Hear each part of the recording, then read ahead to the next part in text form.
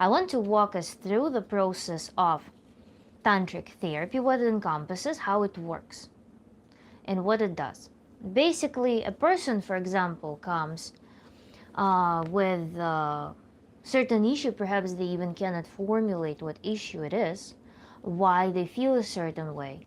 And then when they come, you need how this work goes from them not understanding even what's going on with them, but it kind of hurts, or they feel numb, they don't feel anything, how this work goes on to lead a person in a span of several months to living an embodied, authentic, and empowered life in which they can very comfortably manage different life situations, how they can relax, how they can feel activated, how they can manage their emotions effectively, effectively manage their communication, feel their body fully, and actually start experiencing this ecstasy, the heaven, this heaven on earth, the paradise that is in their body, that they are the source of, full connection with the world, fully kind of like very manageable, very pleasant, creative life. And I added my own twist to that, because I myself, a creative person, whatever it means much more than just, for example, having certain hobby and doing some creative things, participating in some creative endeavors. Creativity as a whole is a huge thing, it's a huge deal in which we are connected with the world, in which we are feeling empowered to inflict the change on the world, to express ourselves in the world, to be a giver, to be a leader. And Human Renaissance is about that. Human Renaissance is about empowering people, empowering the creative people who, for example, faced some inhibitions, faced some social programming, faced some familial programming that made them kind of question their essence, their creative essence, and now they come to the point in which they cannot keep up living in this tension, living in this somewhat suppressed state. The amount of tension that they've accumulated is too much to handle. So those people, those creative people, they sometimes need this push. They sometimes need some help to undo all this programming, to rewire their brain, to rewire their hormonal system, to actually start embracing their talents and living in accordance to their gifts. And this is what Human Renaissance is about. Your video is mirrored, FYI. Whiteboard can be read. This is our beautiful cognitive exercise for neuroplasticity. We're going to read it mirrored, okay? Human Renaissance, Tantra therapy, and coaching. Today we're going through the general tantric protocol, the overview. Of course, it's individual work in every single case. The person comes with their own individual case, individual struggle. Of course, the tantric protocol will be customized in every single case. But nevertheless, to get out of certain mental trouble, to get out of certain system that we built using dysfunctional adaptations in our mind, all of that kind of obeys the same laws, or rather the trauma, the participation, involvement in dysfunctional systems oftentimes causes our body and psyche to respond in similar ways, in similar core ways. And this is why I feel like I can talk about some generalized protocol, because certain things are based on generalized principles of how we interact with the world and how we feel ourselves. So this is why I feel like I can talk about it. Today I have certain accessories I want to show you. Please, the comments would be very nice if you actually write comments that are related to our today's topic. The topic is on the whiteboard. As I said, we're exercising our neuroplasticity. We're reading mirrored text. So please help yourself. Today I want to show you some accessories that are used in tantric work. I think it will be quite interesting. Here in the bag I have beads.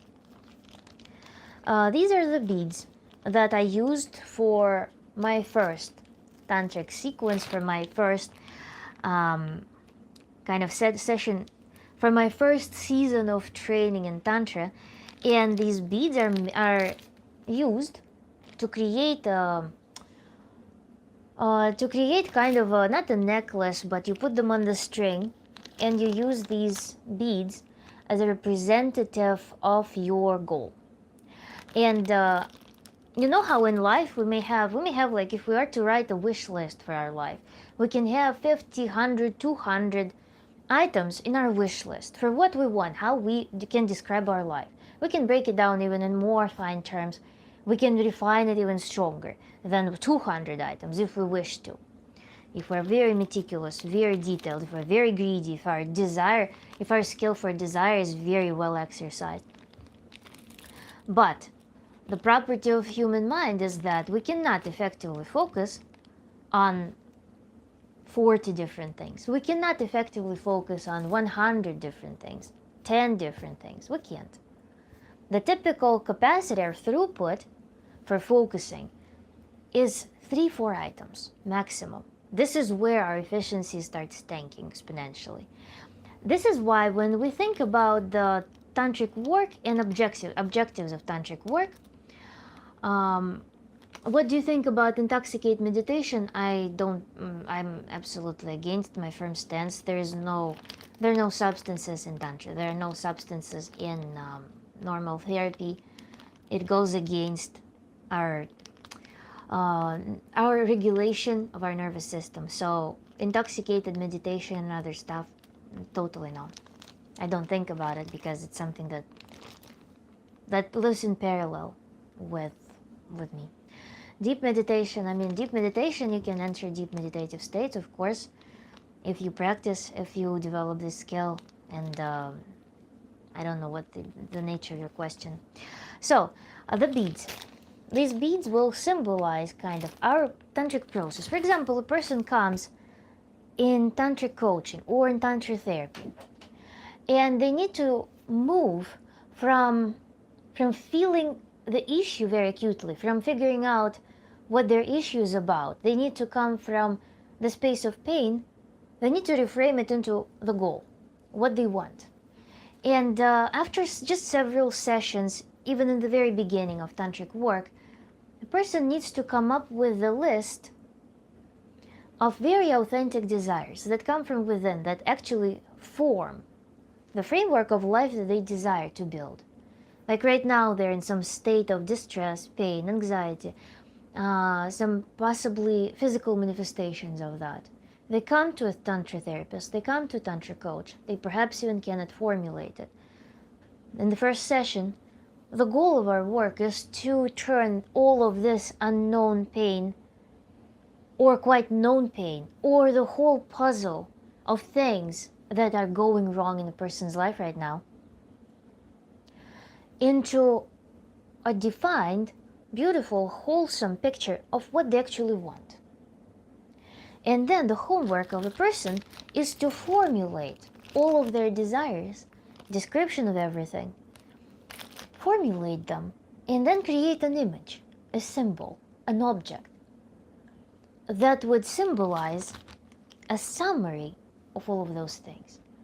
So the person, after the first session, needs to sit, write this list, and combine it all into a phrase, into some new law, into something that they can easily pull out from their mind on demand, and something that they're in full agreement with.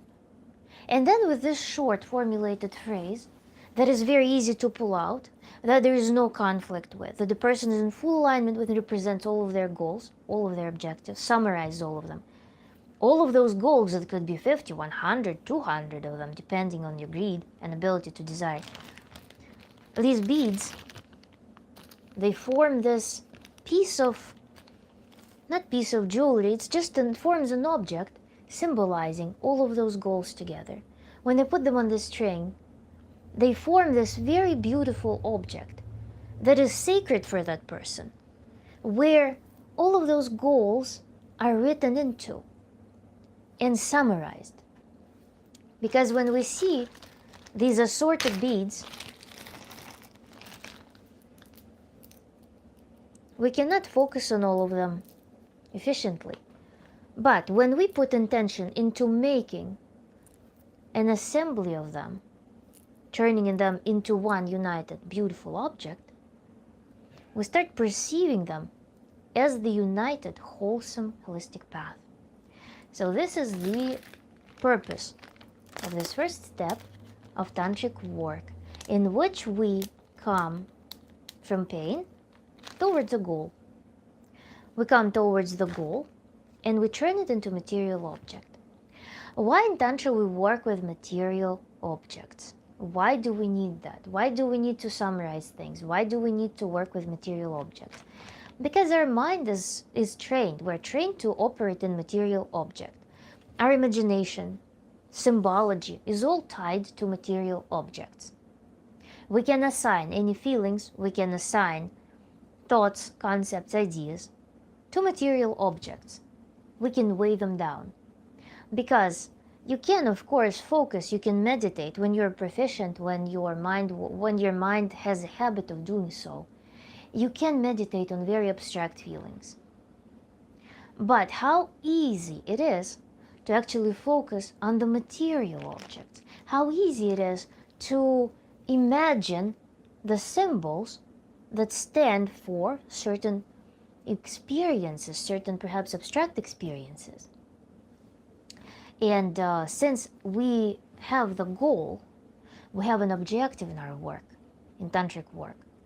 Because we have an objective, because we have a goal, it is in our interest to make this process as mind-friendly as possible, as easy for us to focus on it as possible. This is why we're using all of the tools, using our senses, and using material objects to symbolize something abstract, something unattainable right now, to actually be able to ground ourselves into this object. Hey there, hello. Today we're talking about Tantra therapy and coaching, and I'm giving the generalized protocol, the flow of work with Tantra clients, how Tantra works, what Tantra is. So you're very welcome to ask any questions regarding this topic. Right now we've covered the very first step of when a person comes to Tantra therapy. They bring perhaps not very well formulated problem that they're dealing with. They're stuck in life. It can be anything. It can be anything at work. It can be anything in personal relationships, in self-realization. And we need to formulate into a goal. And then when you formulate into a goal, that's what I'm showing, the goal needs to be weighted down. From abstract plane, we need to materialize it. And this is why I was explaining how Tantra works with objects a lot. With objects, senses, imagery, such that our mind has something to grab, has something to hold on to, as opposed to working with purely abstract concepts. And so in this first step that we've covered, we formulate our task, we assign an object to that. Now, the mind starts doing a very important job. When we've formulated the task, when we formulated the goal, when we've assigned an object to that, our mind starts doing a very important thing of formulating and establishing and building the dominant. For example, you've lived for many months or many years with something that troubles you. You've trained your mind to default to something that troubles you. And it feels like a vicious cycle. Your body produces stress in response to this negative thought or some undesirable process in your mind, in your life.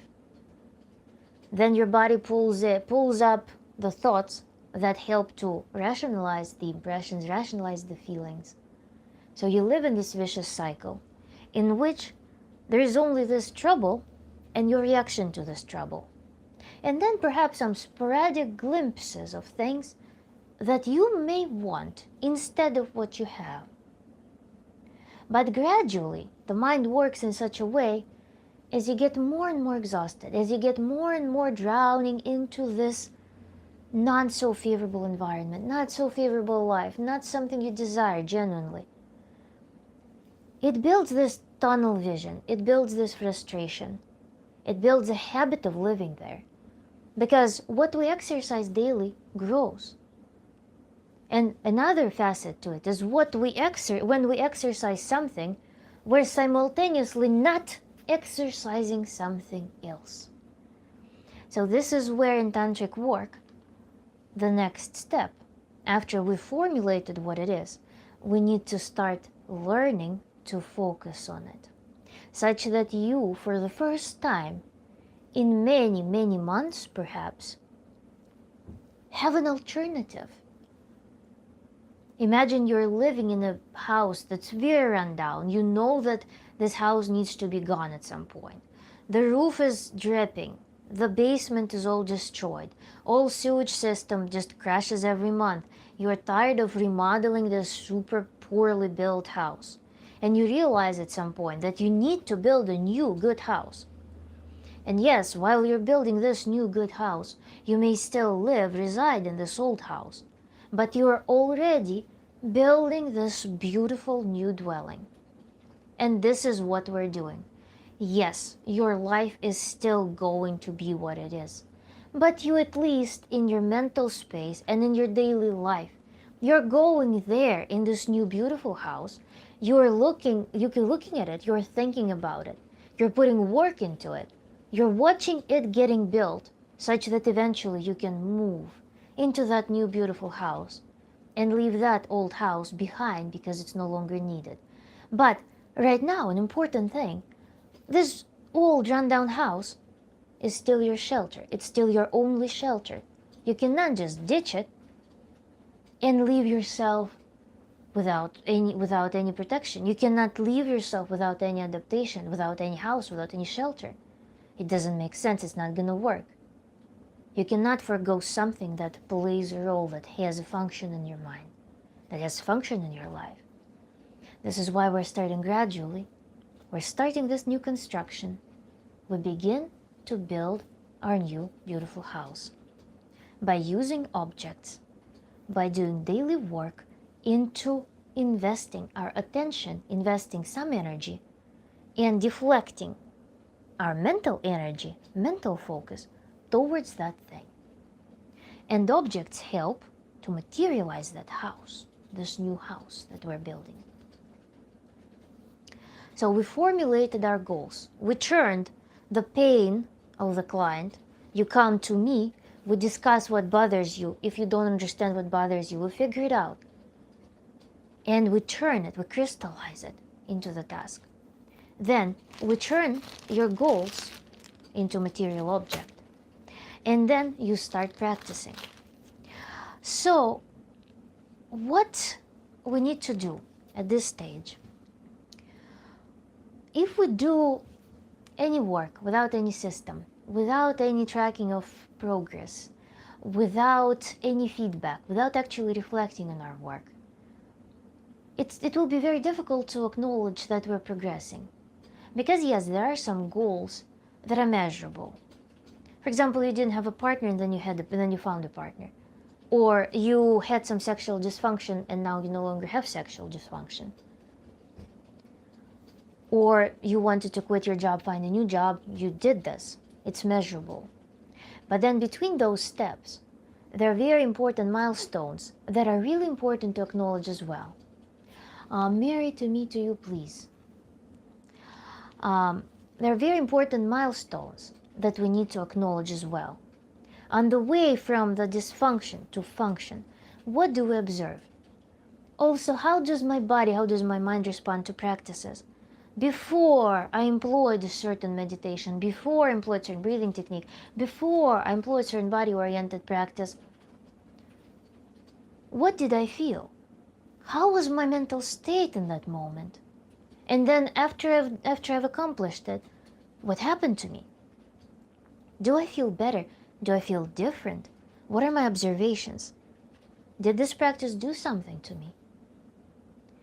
And this is why in tantric work, we need to employ the tracking system. We need to employ a diary of practice.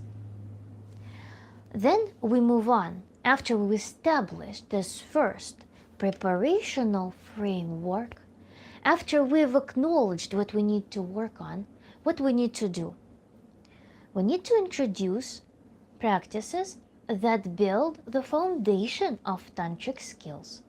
Something that will introduce us to how it is to work with my mind, how it is to work with the stimuli, how it is to work with my body. How can I reconnect with my body? How does my mental state reflect on my body? How what I feel in my body can be translated into my mind? How do they work together? What is it my emotion right now? What am I feeling? All of these things are trained with exercises. And so we move on to this new step where we start performing tantric practices.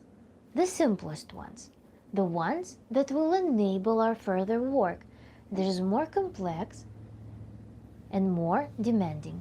Hello, you're very helpful. Thank you so much. Please stick around and think about the questions as they come. I'm reading the chat very frequently, so if something comes into your mind based on what I'm talking about, drop in the comments.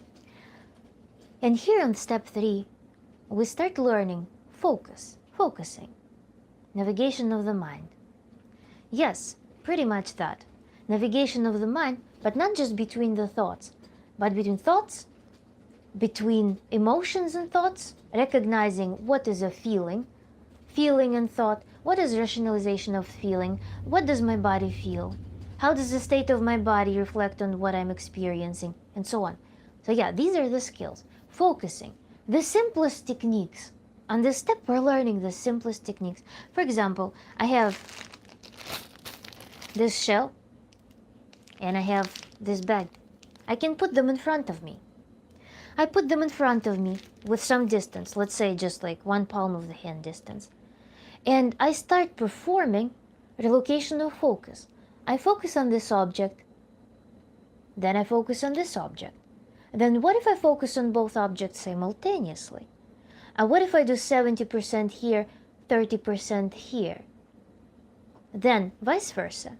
Then 90% here, 10% here. I learn to partition my focus. I learn to experience partial focus.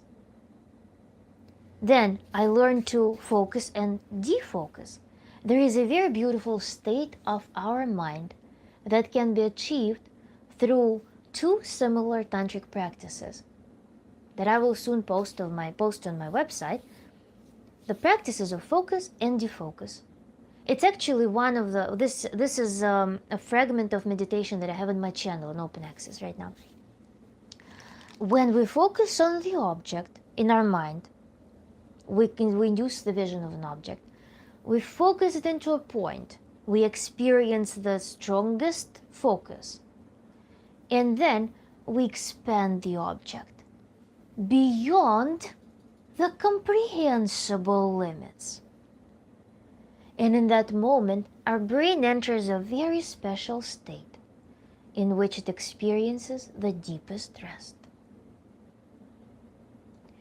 It can be compared, this state, we learn to induce it on demand.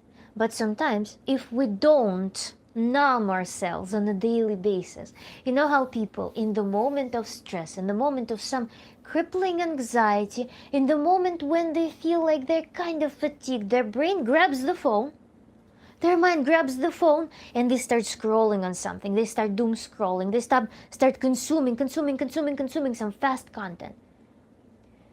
Instead of letting their brain rest. You know, if you go somewhere to nature, you sit on the riverbank, you contemplate the river, very calm flow of things, almost stillness. And then you even don't notice how you enter this very special state in which it becomes beyond comprehension. When you're just kind of in it but above it, it's somewhere in between conscious and unconscious while contemplating. And this is the state that we learn to experience on demand. This beyond comprehension, but still with awareness. And this is where your brain is resting. This is when past this, you basically, through these practices, one is to imagine something expanding beyond normal, physical, perceptible things to infinity, to the size of the universe. The second variant of this practice is when you induce the vision of an object and you blink it. You blink, blink, blink, blink, blink, and then the frequency of blinking becomes so fast that you no longer can comprehend it. And these are 2 points in which the brain kind of gives up on active comprehension and enters this flow in which it starts actually processing information. This is when brain starts compartmentalizing information. This is when your internal library gets sorted. This is when brain starts clearing out information you don't need. And this is a very powerful tool. I personally, the practice of focus and defocus, several months after I started practicing it, I realized that my brain started defaulting to it when I'm solving difficult problems. Or when I'm solving, like even strategizing my life, I noticed that from this super hard anxiety producing process, I now snap for several seconds. I snap into that rest mode, sorting mode. And that evens out my emotions.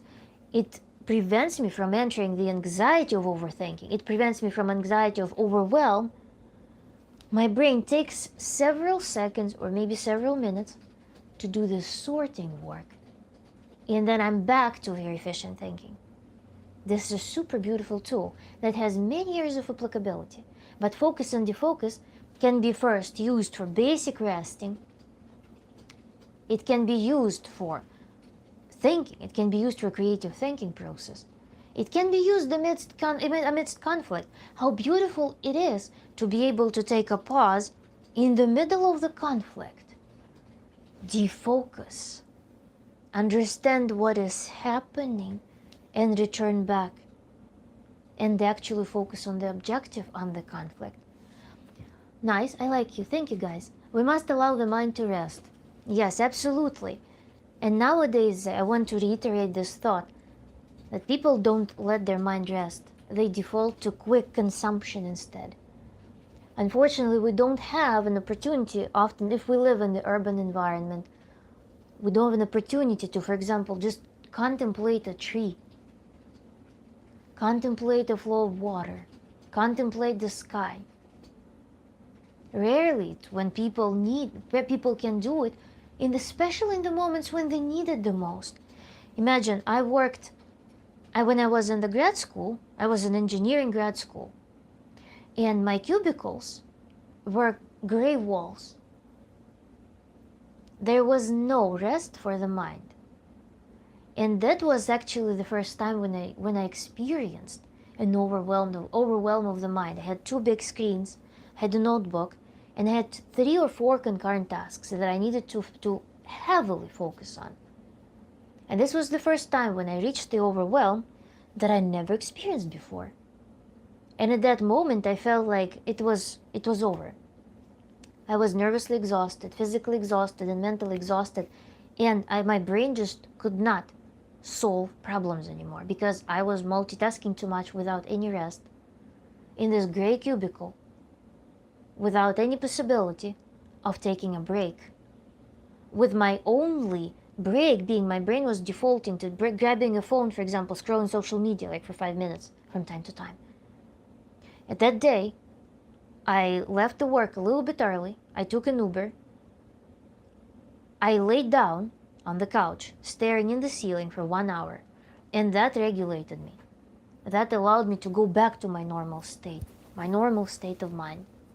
But that was the moment of that extreme overwhelm. Mind, body, and soul are very important. Yes, absolutely.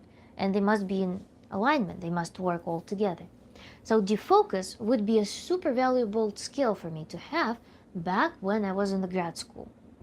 Because this is where I could exercise in the most applicable, the most applied way possible. I would be really curious to do that. But then later, when I mastered this skill, I noticed how helpful it is in literally every life situation that requires very strong cognitive involvement in problem solving.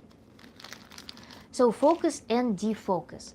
How to work with focus, how we locate it, how we work with it. And then also, the second part of this work is how we can now connect our mind, our focus, and our body. We start connecting. How does my body actually experience emotions? How does my body experience something that we consider to be purely mental concepts?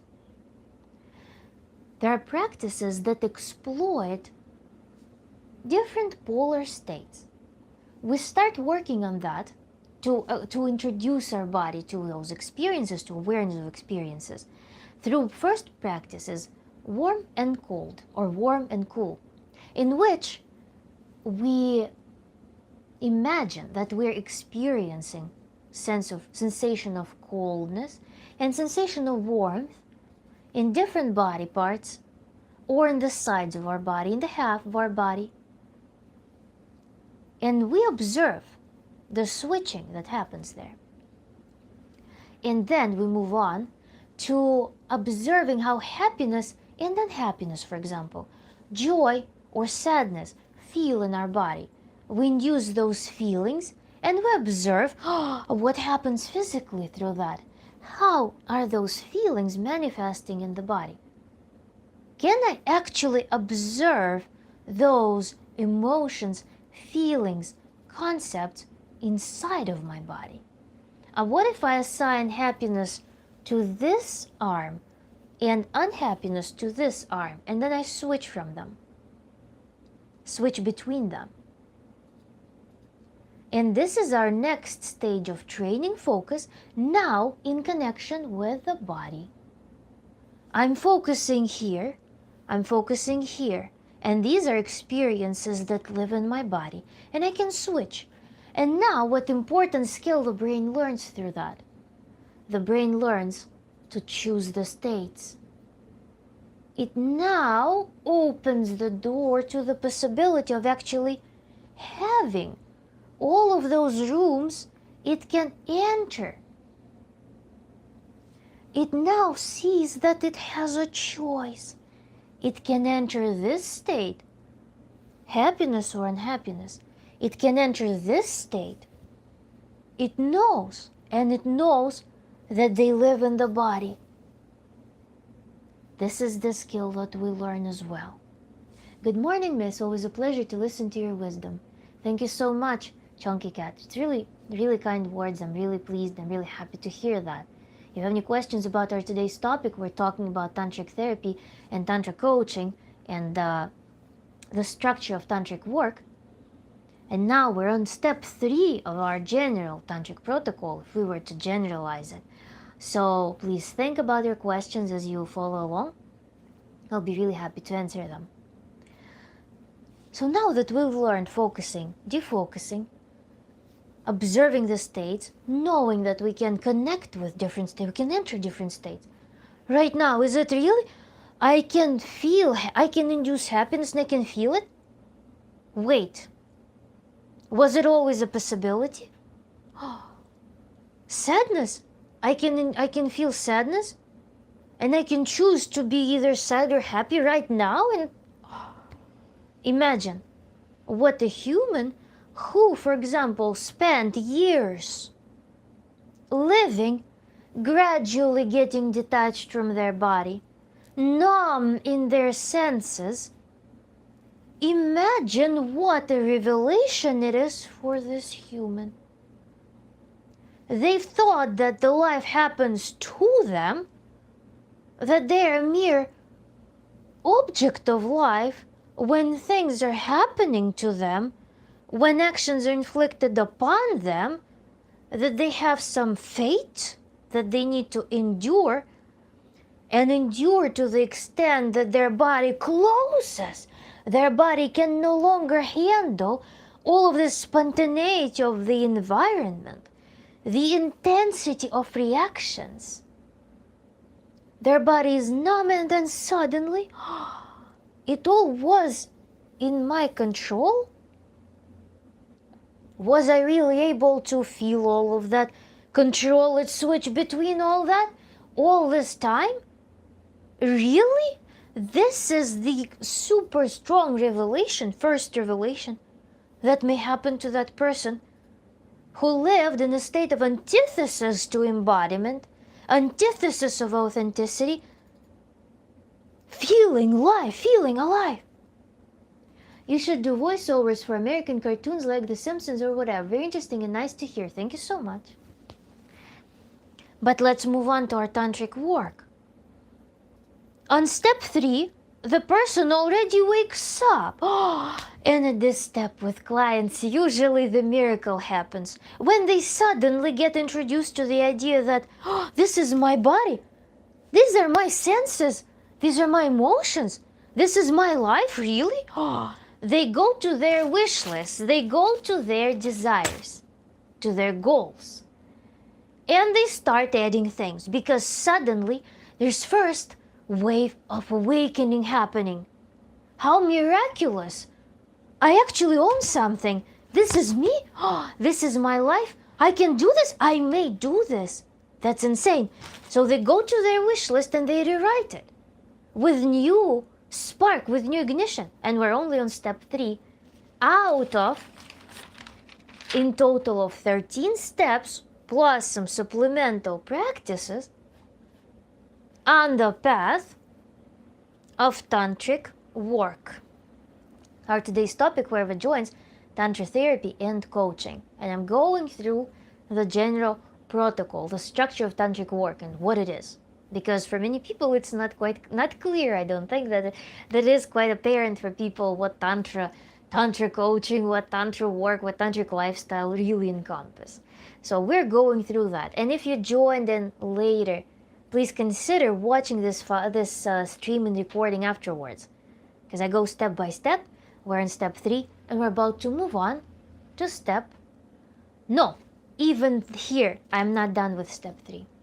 On step 3, we're starting to introduce another aspect. The person learned how to work with their senses, how to connect with their body and senses, how they're all related.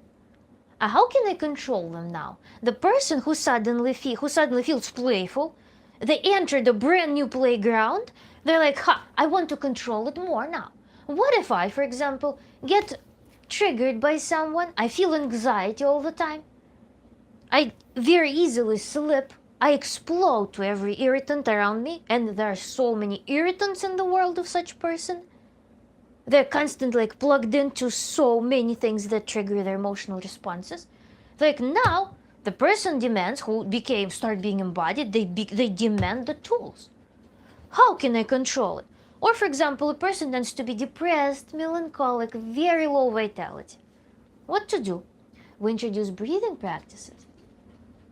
There are breathing practices that can do 3 things, if we summarize them. 3 things. Activation. So you are all living in this grayish background life. You don't feel this zest for life. You don't feel this spark. You tend to fall into melancholy. Second thing, from activation, helping this person activate themselves, have this energy, finding energy. We can have very anxious person who's easily scared or easily angry. How can this person regulate themselves besides just playing their aggression out, exploding emotionally, verbally, through movement? We need to find some breathing practice that helps them to soothe a little bit. And then we balance the two. We balance the excitation and we balance the soothing effect. Whatever dominant characteristic, temperament, or typical emotional background of a person is, we design a custom breathing practice or sequence of practices to regulate them. So the person will receive a couple of tools that they can use on a daily basis, several times a day, or before bed, like as an exercise to overall regulate themselves, or several times a day, with breathing, in which we can switch or activate sympathetic and parasympathetic nervous system and balance them. There are practices with Kapalabhati. There's cold Kapalabhati with the tongue out, and there is hot Kapalabhati performed through the nose. Very energetic, pumping breathing, focusing on the exhale. And these are done in conjunction with alternating nostril breathing. And depending on the pattern that we choose, we'll be activating different responses, different somatic responses, and the regulation of nervous system. I could listen to talk all night. Amazing. Thank you so much. We're here for probably 2.5 hours. Or 3 hours in total, so probably 2.5 hours more. Thank you so much. So enjoy and ask your questions if something comes to your mind. I'm very happy to help, very happy to answer, very happy to build a dialogue as we go through our steps. So these breathing techniques come in very handy, and they become this other thing that empowers a person to further move them from life happens to me to I live my life. Because also another thing, our brain wants to control. We have the trait, we have the function to control. But oftentimes people control things there and then. Their mind moves away because of this habitual numbness, because of this defensiveness of body and mind. Their mind starts trying to control there and then, when it actually is wired to control here and now. So what we do, we put this, empowerment, this empowerment is basically giving a person tools to control in here and now. Experiences, connection with experiences, breathing.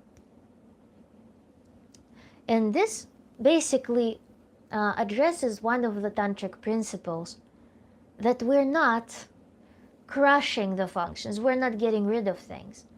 We're refunctionalizing them. We are readopting better tools for certain function to be performed.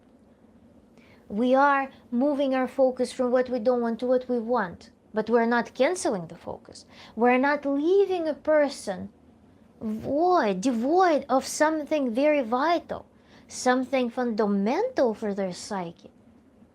We're not abandoning them. We're not leaving them in emptiness without tools. We're not telling a person, stop worrying. The psyche already, the mind, the brain, the physical body already produced energy, electricity. It already fired up to worry, to focus on some concept that is worrisome. We cannot just take this electricity, this energy, and dissipate it into ether. There's energy conservation mechanism, and instead of resisting, we can, actually, this is the mechanism of how autoaggression works. The person can suppress it, but this suppression will be against the human itself. This energy will turn into dysfunction. It will turn into some buried problem. That's why we don't suppress emotions. But we can deflect this energy, this mental energy, into another concept, into thinking another concept that we fire up in our neocortex. We just remove where we place the focus. We move to a different thing. And this is what happens when we work with our controls, when we work on our senses. I'm not controlling some president of some country. I'm not controlling my relatives. I'm not controlling my friends who live stupid life. I'm not controlling my co-worker that said something to some other co-worker. I'm not controlling all of that. I'm controlling here and now. And thus, I'm not frustrated. I'm not prohibited to control. I still can do it. I just do it on better terms. Similar analogy is, I have $100. I can spend $100. I need to eat. I need to eat. I have a need to eat, and I have $100. I can spend $100 and buy 10 boxes of cereal and some garbage candy. Or I can go buy myself high quality meat, some high quality fruits, some high quality cheese, and I will be fully satiated.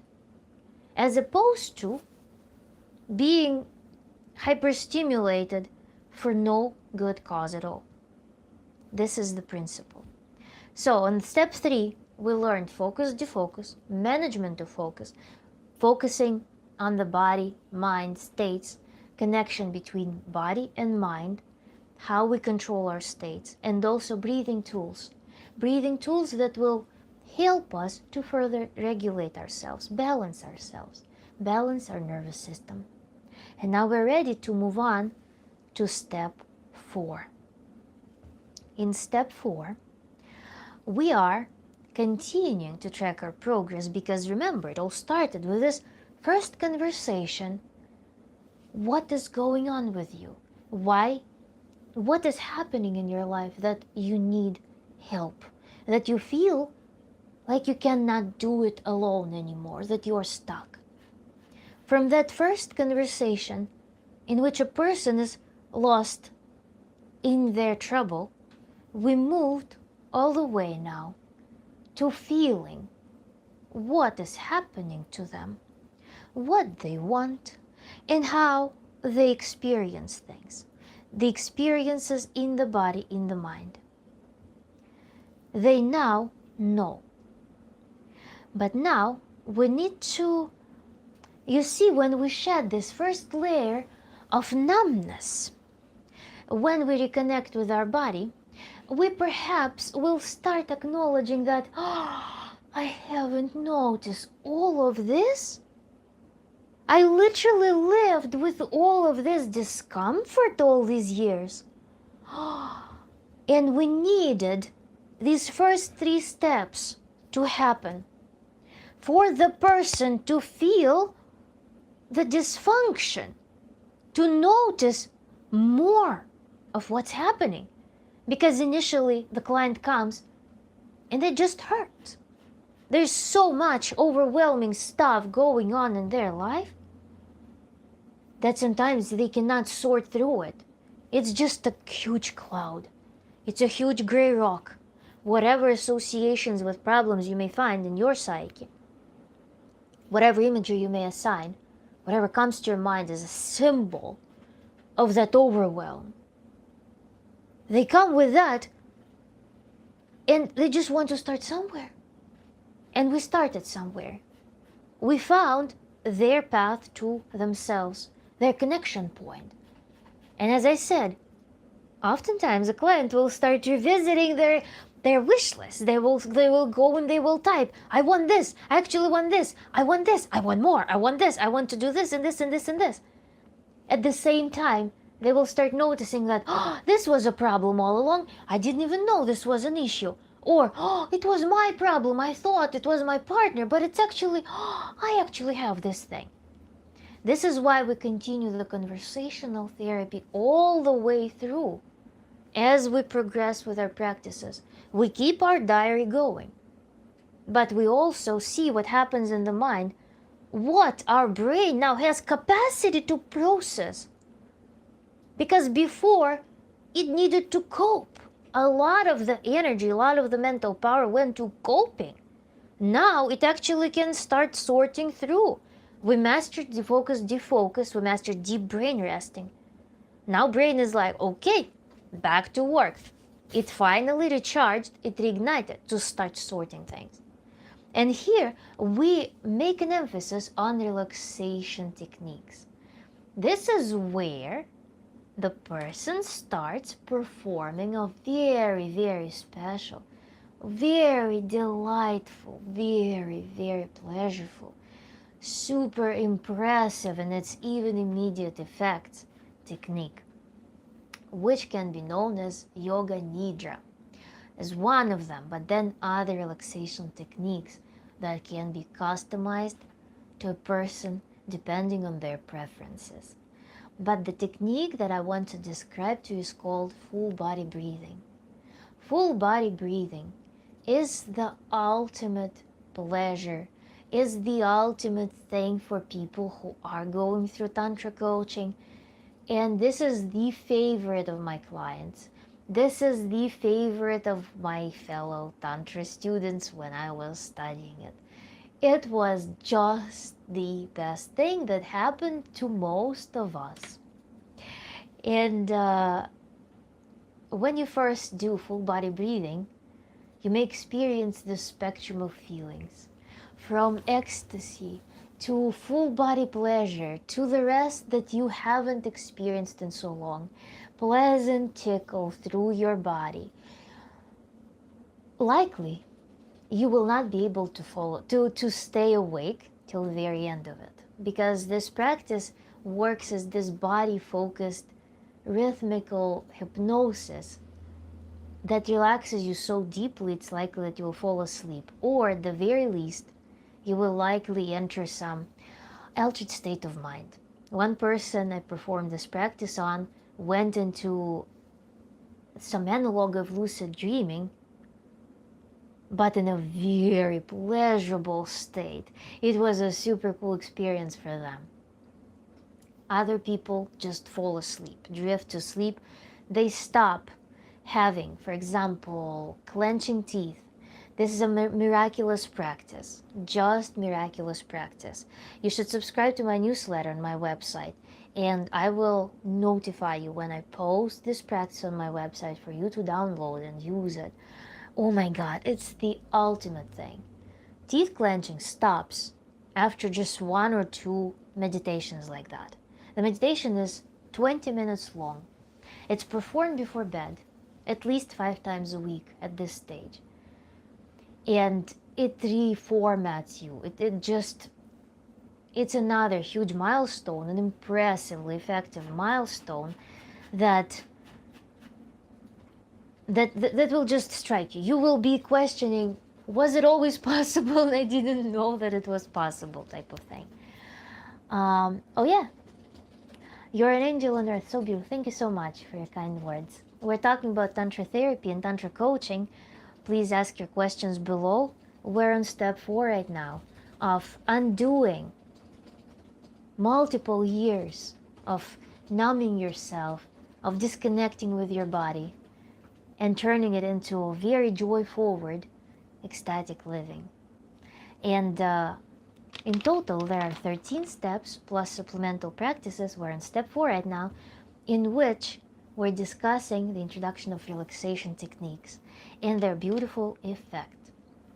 The relaxation techniques are necessary at this stage not only because you need some further regulation of your nervous system, but also because at this stage a huge transformation commences.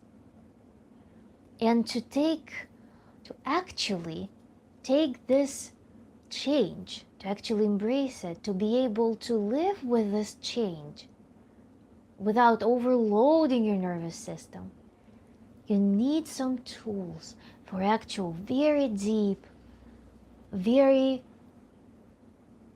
full body, let's say, with full body, full mind relaxation effect. Very powerful practices. And this is why we introduce this practice at this stage. Otherwise, what will happen? If a person starts being overwhelmed now, they were overwhelmed with certain difficulties in life, they were overwhelmed with dysfunctional lifestyle. If I, as a coach now, as a Tantra therapist, I will introduce to them all of these practices, they start getting overwhelmed with new things. Their nervous system is only recovering, and there is a flood of new things happening. They uncover the ability to desire more. They uncover more vital energy suddenly. But just as with fitness, just as with stretching, just as with learning anything, our brain has some throughput capacity. We cannot force it, to embrace a lot of, like, a whole flood of information. We cannot force it without any preparation to pass through a ton of emotions, a ton of impressions. We cannot do that. This is why we prioritize relaxation practices, such that there is deep rest, such that excited state doesn't turn into an excited anxiety, excited tension. Because if you're a person that's easily agitated, it can be equally, like, there could be good experiences or bad experiences could equally agitate you. You might have insomnia, for example, from being ecstatic about something, or you may have insomnia because you're worried about something. This is why we do this, prioritize this procedure, prioritize this technique, this practice. We do it 5 days a week to keep our brain healthy, to let it rest, to let it recover. Back off. Oh my God. Thank you, guys.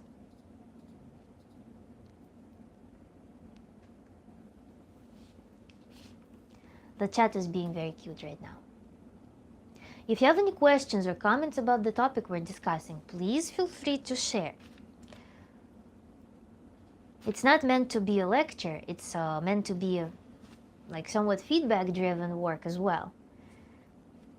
And also, please, while we're taking this little break, rawformoflife.com, Human Renaissance, is where you can schedule a tantric session with me. The first session is 50% off using the code FIRSTRFL. And I will be very happy to work with you if you, of course, have some cause, which can be either that you are in the dark tunnel of your life, or if you just want to improve your experiences. I have a whole list of things that I work on within Human Renaissance, not exhaustive list, on my website in the description of the coaching program. Would this help the nervous system after being shocked by a neurotoxin? Depends on the neurotoxin, what you mean by that, and being shocked by that. Those practices, of course, if you mean that you had the very strong chemical intervention that put you... Describe the state. Basically, describe the state such that I use your wording for it. But these practices will surely help, because any restorative work in our body happens best when? Any restorative work requires very deep rest. It requires all resources to be flooding the spot that requires the most attention. This is why, yeah, we opt for deep relaxation techniques, deep relaxation practices, because through them you can actually remove blockages in the body. Blockages being not some metaphysical, some woo-woo concept, but blockages as sites of tension, sites of fibrosis, sites of local inflammation that happen because of tensing the body up, for example. Deep relaxation, somatic work, massages, reconnection with the body, plus the mental work, working with your mind, changing the dominant, reframing your baseline mind functioning towards, again, this relaxed, more joy-forward, better regulated state will inevitably benefit any recovery. If you want to supplement any physical recovery with something, of course, being equipped with relaxation practices and in general connection with your body will be a huge aid. This is a really important thing, because part of the healing is your ability to connect with the body part and work with it, not from the spot, not from the state of, for example, how you can perceive, even some trauma can be perceived as, I will focus on it, I will tense it more. And this is not going to help any healing.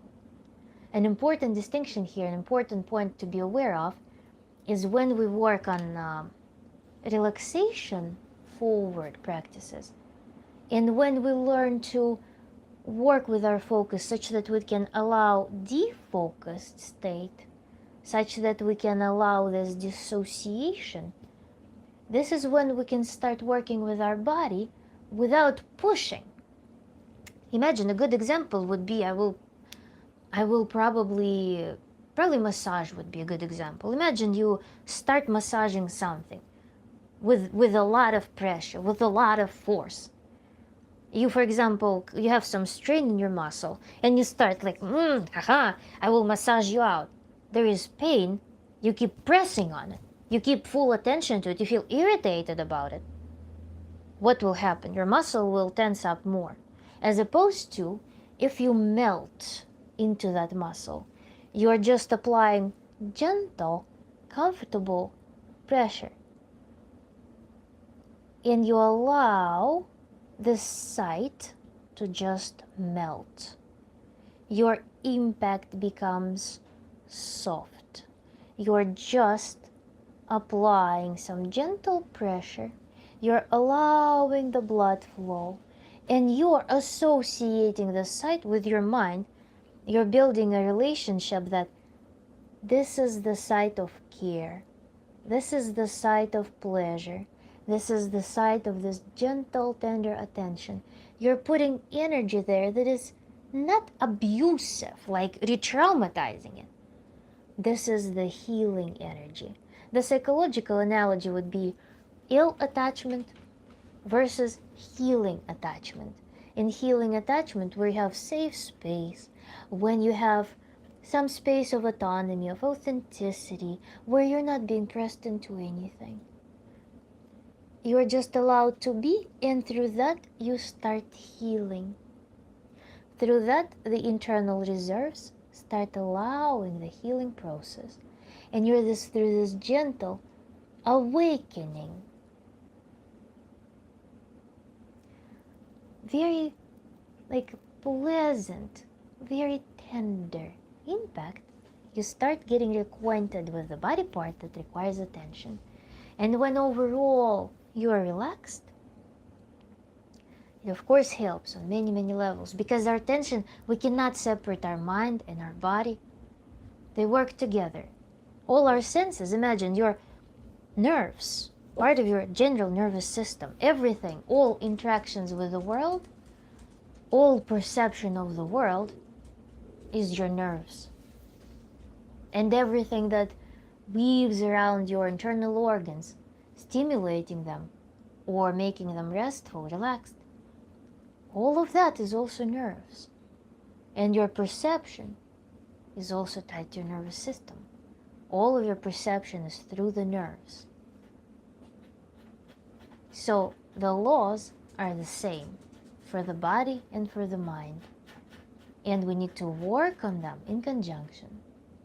So in the step 4, we've covered the relaxation techniques, and we've covered the continual communication work. We've covered the conversational therapy with the person to track their progress, to see how they're moving along in their recovery, to see how their mind, their consciousness now changes in response to their physical, to their psychological changes, how their concepts morph, how they transform.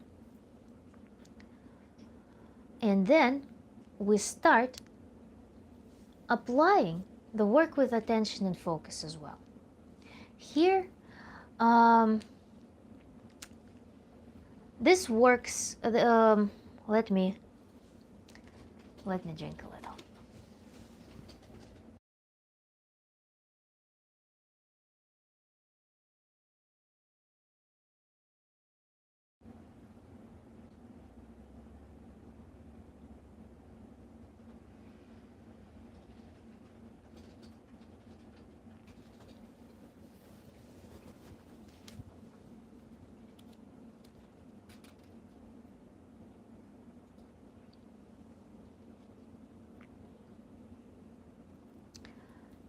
And then our person who we've been working with, now they're bringing all of those skills and they're going to the outer world.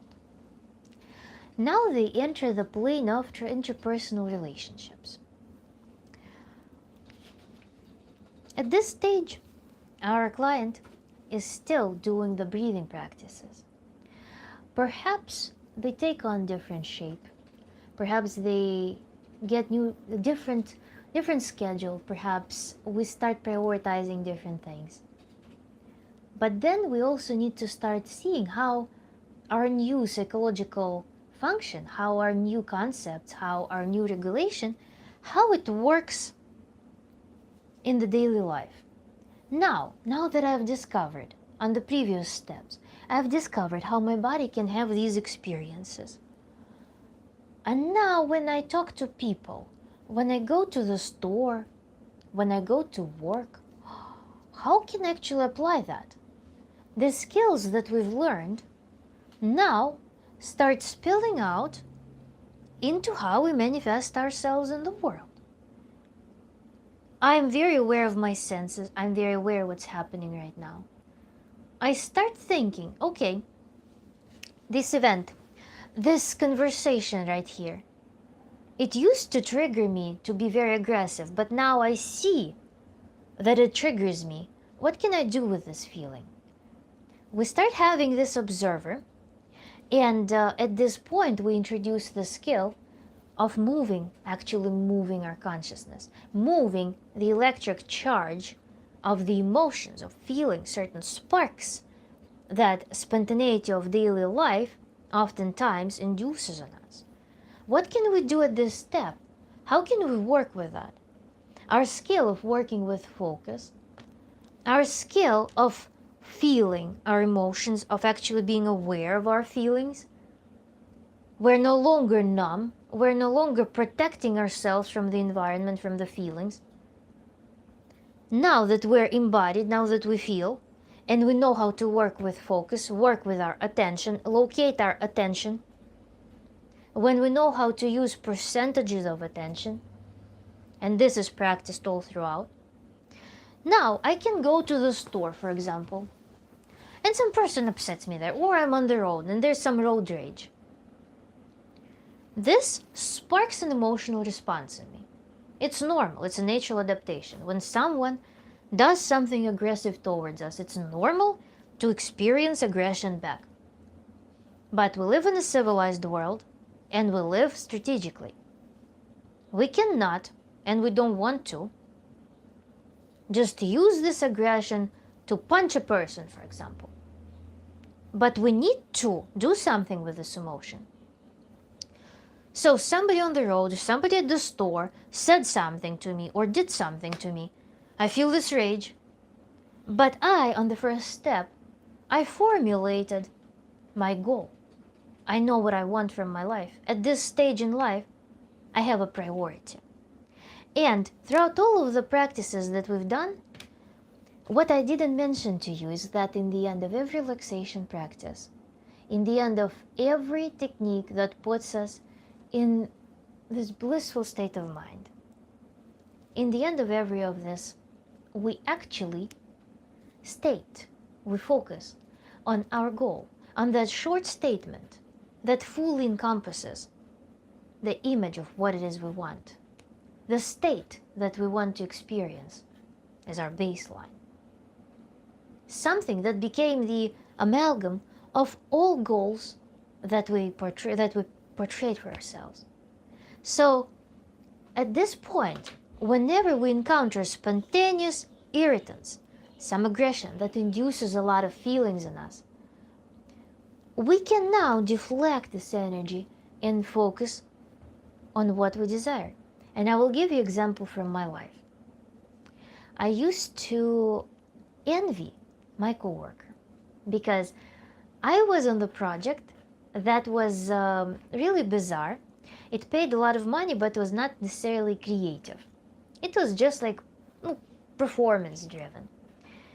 And I really missed my previous project. I really missed doing something else, because for the time being I was just getting exhausted on this project. It was so boring.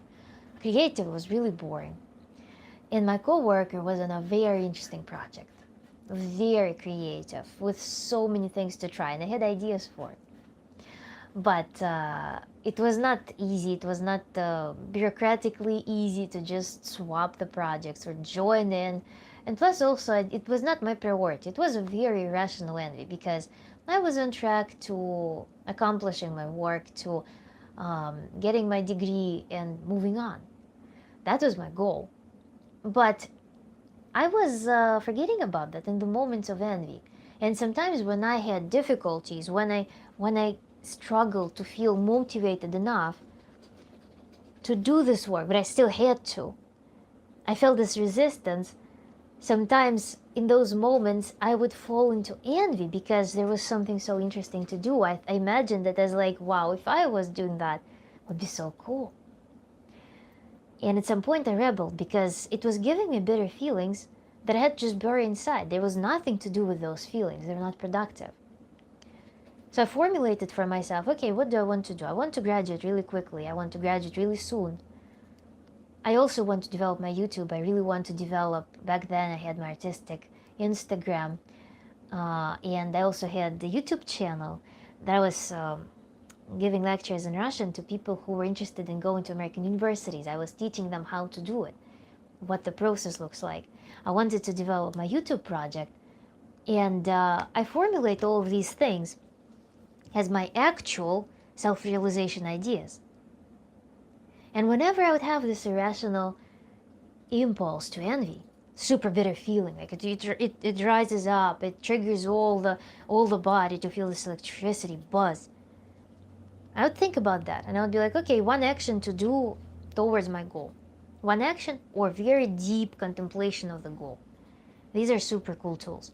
And then in your daily life on step 6, when you start practicing this deflection of your focus, deflection of the electricity, mental electricity, towards your goal, you can start doing it in different fashion. As I mentioned, you can just focus on the idea, on the concept, on the feeling, on the framework that you want to build. Or you can actually take an action. If it's a very strong, a very large amount of aggression, very strong emotion that is triggered inside of you, you can actually, if it's doable, if it's feasible, you can just go and take an action towards it, fully charged, while thinking about what you want. This will be a very beautiful, very, very beautiful process. And actually taking action is our next big thing. When we regulate ourselves, when we are no longer beaten up by life, when we're no longer fatigued, when we're no longer feeling like life happens to us, we start introducing action. This is our next big step, because how are we going to move towards our goals? We need to take actions. Now that we have all this energy, now that we know how to access energy, how to use this energy, we can start actually using it, applying it. And now, for example, when you were really mentally struggling, when you were in this tunnel vision, when you were in perpetual anxiety, when you were not seeing things clearly, how could you clearly think about the structure of the business you want to build? How could you present yourself authentically and even fathom the idea that somebody would be looking at you? For example, if you want some like social media realization, presentation of yourself, how could you imagine going to talk to your boss about the raise, or moving you to some other project, or some other position, or going for the interviews for other jobs? How could you go on dates when you are so down in such a tunnel vision of some perpetual concept that just cycles in your mind? You're no longer in that tunnel. Now life becomes just a store. It becomes an assortment they're just picking from. At this point as well, or along the lines of these points, we start to work with different concepts. And as we approach next steps, I want to see if you guys have questions. If anyone has questions right now in the chat, please write them down. And we're going to move on to something very interesting, which is to explore that store of life. when suddenly from living in some like tube, some tunnel, some cave, you're no longer scared to come out of it. But what do you face when you come out of it? And what concepts live in your mind that prevent you from seeing this full assortment? How are we going to work on that? Let's figure this out. I'm waiting for the questions for a couple of minutes. I'll also take a sip of the drink, and we're going to move on. There will be one intermediate step here, between what we already covered and working on establishing the view of this beautiful store where we can see a bunch of things and we can actually see the possibilities that were never presented to us before.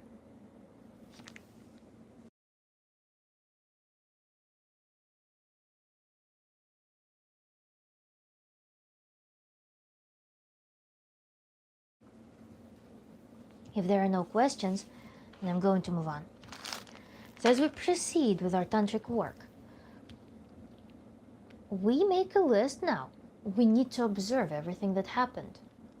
From the point when the client came to this process to now, what was accomplished? How does it feel? What is the new background of perception of reality for this person? How are they experiencing just daily life? How are they experiencing their body? How do they sleep? How do they eat? How do they enjoy life? We need to monitor all of that. Also, if there are any changes, like some changes in the outer life, what are those? We observe them. And we need to introduce to our diary, to our practice diary, to our tantric diary, the registry of every change, every observation that is coming. Because the psyche changes very gradually. Very, very slowly, very gradually. And we get accustomed to the new positive changes very rapidly. Sometimes we can lose awareness of something that we've learned, some new tools. And this is why it's valuable to actually keep track of those. But now let's look from step 7, let's look at step 8, in which we start seeing the world differently. And this is a very, very interesting and creative work that you will be accomplishing with the help of the Tantra coach. And this is the work on the facets of your sexuality that also spans beyond your sexuality, that spans onto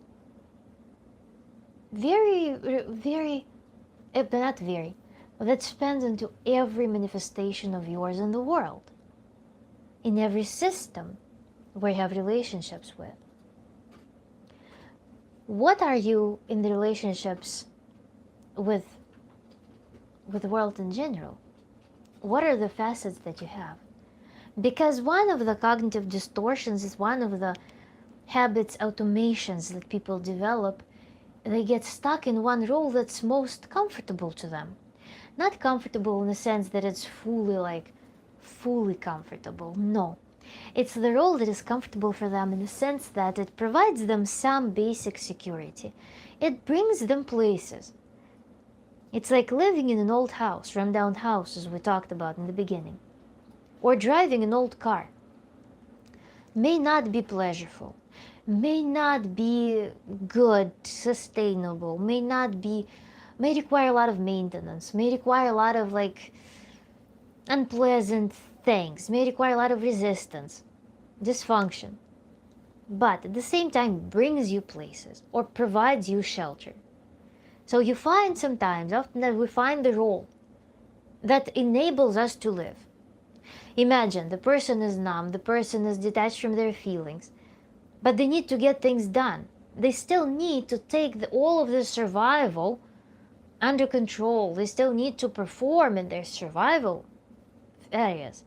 So they find a role that allows them to do this survival. And as they get buried under the layers of anxiety, frustration, different overwhelming things. This role is the thing that moves them. That's the thing that brings them places. But this role may not be functional for embracing the whole breadth of life. This role was useful for you when you lived in a cave, when you lived in a tunnel. Okay, you could get by with this role, but living in this role with all the adaptations that you had, that we've already started uncovering, we've started healing from them. This role is no longer serving. You realize that this role aided you on the one hand in survival, but then on the other hand in suffering as well. So what to do? And here's the question: do you know your full spectrum? Are you in touch with all of the personas, with all of your qualities, with everything that fills you up, with everything that charges you, with everything that potentiates you? Are you familiar with those things? What are you actively rejecting? Something that gives you like unpleasant emotions, like rejection. For example, your mom was abusive and you watch some behavior in your mom, you're like, never. And you act the opposite way. Something that you positively agree with but not exercise. Something that you aspire to have.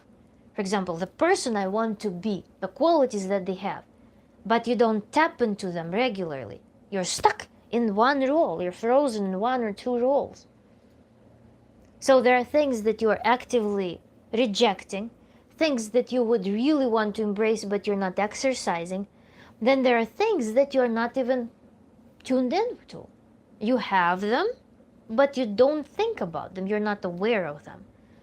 And another phenomenon that happens with all of those features, with all of those personas, with all of those facets, is that sometimes you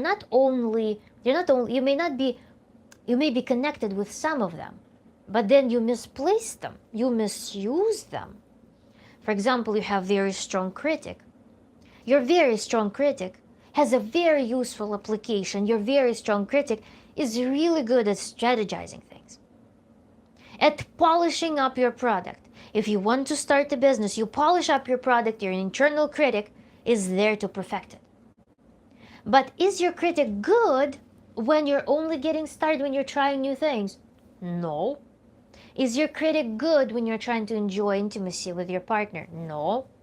Is your critic good when you're dreaming about something, when you aspire to have something, when you're building something that excites you? Is it good to invite critic in that process? No. Is it good to use a critic when you're exercising discernment, when you're, for example, shopping for something, or you're choosing some path for yourself? Probably yes. It is important for you to use critic in the moments that require discernment. So we need to use those roles smartly. Not only we need to discover them, we also need to find their functions.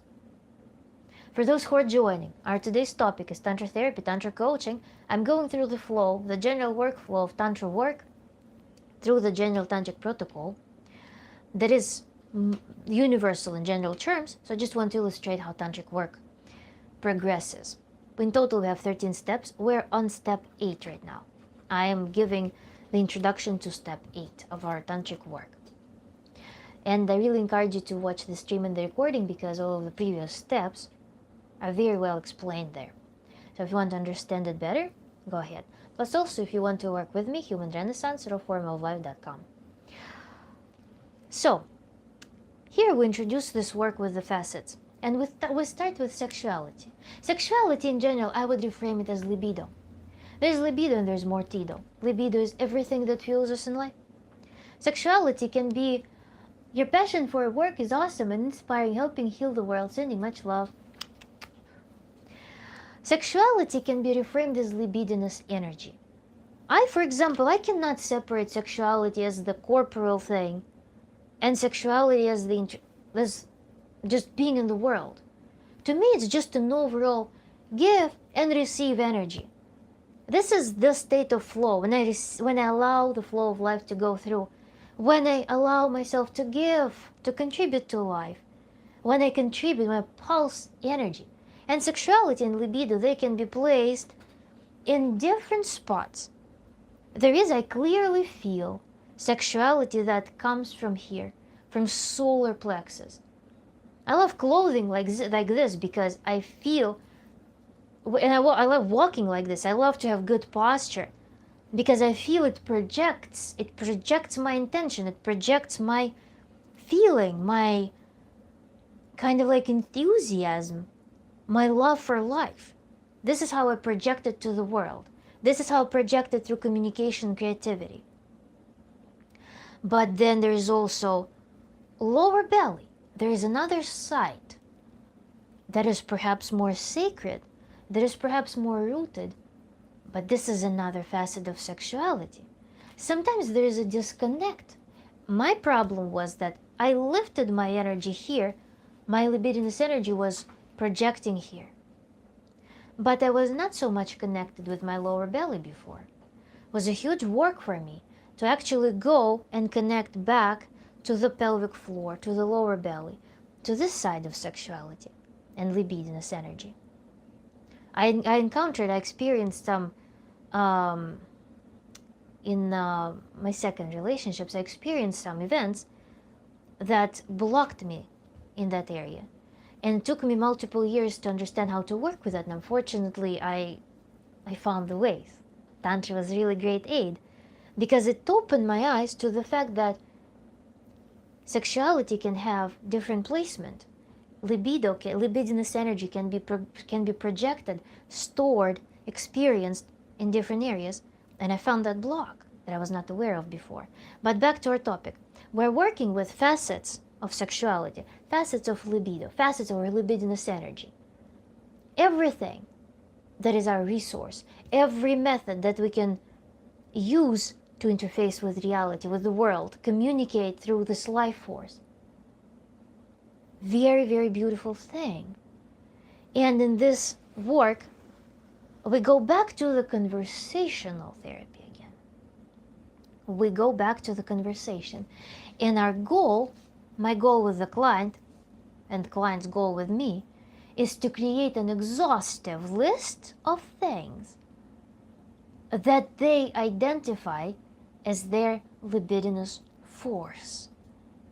We're going to go through everything, every triggering thing, everything that perhaps was hidden because of shame, everything that was suppressed, or something that was forgotten, all the imagery that strikes this libidinous response. And we locate them, we sort them, in which associations, which body part, which site in the body they belong to. And then we do some interesting alchemy in that process. But the first step is to identify everything. How we fill the vessel of our libidinous energy, how we fill the vessel of our love with this world and exchange. Everything I want, everything that sparks me, we need to fill it to the maximum. No compromise here. Whenever we feel that something is missing, that little drop, we need to go and investigate. A meticulous work to bring you to the full authenticity, to bring everything up from the dark cellar of your psyche, from some stinky basement, everything that is libidinous to you, everything that strikes your arousal, physical, perhaps shameful, perhaps forbidden, and something that is very light outwards, something very playful, something very creative. All of these things we need to put together in this beautiful jar and start working with that. And when you face all of those roles, there are several things that we need to start doing. First of all, the mere recognition that these roles exist will spark in your mind this resourcefulness that I can use it now. Exercise the roles that you feel you would benefit from the most. For example, my good example, very easy stereotypical example, hardworking woman, forgot how to be embodied, forgot how to enjoy life, forgot how to flirt, forgot how to be soft, forgot how to just surrender. What is the archetype in your psyche that can connect with those energies? Can you dress it? Can you find a melody for it? Can you find an image for it? How can you reinforce this thing? This is where it becomes very creative, because every facet of sexuality, every image, and again, sexuality in the libido sense, in this libidinous vital energy sense, every facet, every stimulus can turn into a creative project on its own. You're building a collage, you're building a symphony of yourself, and you can find, as I said, you can be creative. You can find a makeup, a hairstyle, clothing, melody, movie, image, object, anything and everything. The more things you put into reinforcing and completing the things, the items that you find in your psyche that form your libido, libidinous energy, your vitality, everything needs to be reinforced as much as possible. And the better you do it, the more you will feel connected with it, the easier it will be for you to switch to it. And here, look at this. Our skill of switching focus, pivoting between different dominants, will be very handy, because I come from work, I'm no longer at work. I'm on the walk from my workplace to my home. I can experience this pure human animalistic experience if I, for example, walk through, like along the river, some park. I can fully focus on my breathing. I can fully connect with some perhaps poetic image, poetic component of my libido. I'm walking and I'm absorbing all those experiences from that role. I left, because I know how to switch, I left my work behind. I can fully surrender to this new experience in the newly discovered or newly ignited facet of my libido, newly ignited facet of my vitality. I come home, I'm a mother, I'm a wife. I switch between these roles playfully. My husband doesn't need me to be his mother. He wants me to be his mistress, his wife. I'm switching on that role. When I'm with my child, I can be playful. I can be a strict parent. I pivot. I have this flexibility. But with these facets, you actually meet yourself. You meet yourself, not, as I like to illustrate, people like to find some identity to hold on to. And this is this living in the cage, not cage, cave, living in the tunnel. You hold on to this one thing, one identity of yours, you hold on to it. No, you don't have to. You can shop for a multitude of things and experience life fully through that. And through this work, the side effect of this thing, very important, beautiful side effect, is every role that you tap into, every role that you discover, comes with resources. When you only have one role, you only have one stream of resources. Have you noticed in general that whenever you start interfacing with something, with some system, you start receiving resources from there? And the problem that people have sometimes when they're fatigued, when they don't know how to manage their time, when they don't know how to manage their resources, is that they try to seek resources from one spot, from one role, from one archetype, from one function. But To get access to an inexhaustible amount of resources, you actually need to connect with the system. You need to bring yourself in a state in which you can have access to it. So every archetype, every role that you discover through this practice, every role will be giving you energy. And now, whenever you connect with every image, every attribute of every role of every role from your assortment, whenever you put that piece of clothing, whenever you put the flower in your head for some role, it will give you energy. This is the secret. You cannot exhaust one role and expect that it will be bringing you any energy. You need to be connected with the role appropriate for a given system to feel the energy, to receive it. Think of it right now from the outside. You're not in this process right now. You're outside of this process a little bit. But how you can feel it is, turn the music. You probably have something in your playlist for sad mood, for work efficiency, for happy mood. Play it.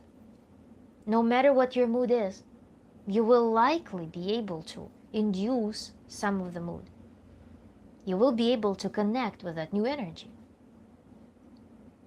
This is how it works. And then through this practice on step 8, when you discovered your facets, when you discovered how an exercise, how you can connect with them, how to induce them on demand. And actually, this can be a work in progress as well. Later in life, you can discover that, oh, I want to, for example, start a big creative project. I need a lot of energy for that. You can start tapping into imagery. You can start tapping into personas even, personalities that carry the energy that you need. You can start harvesting it.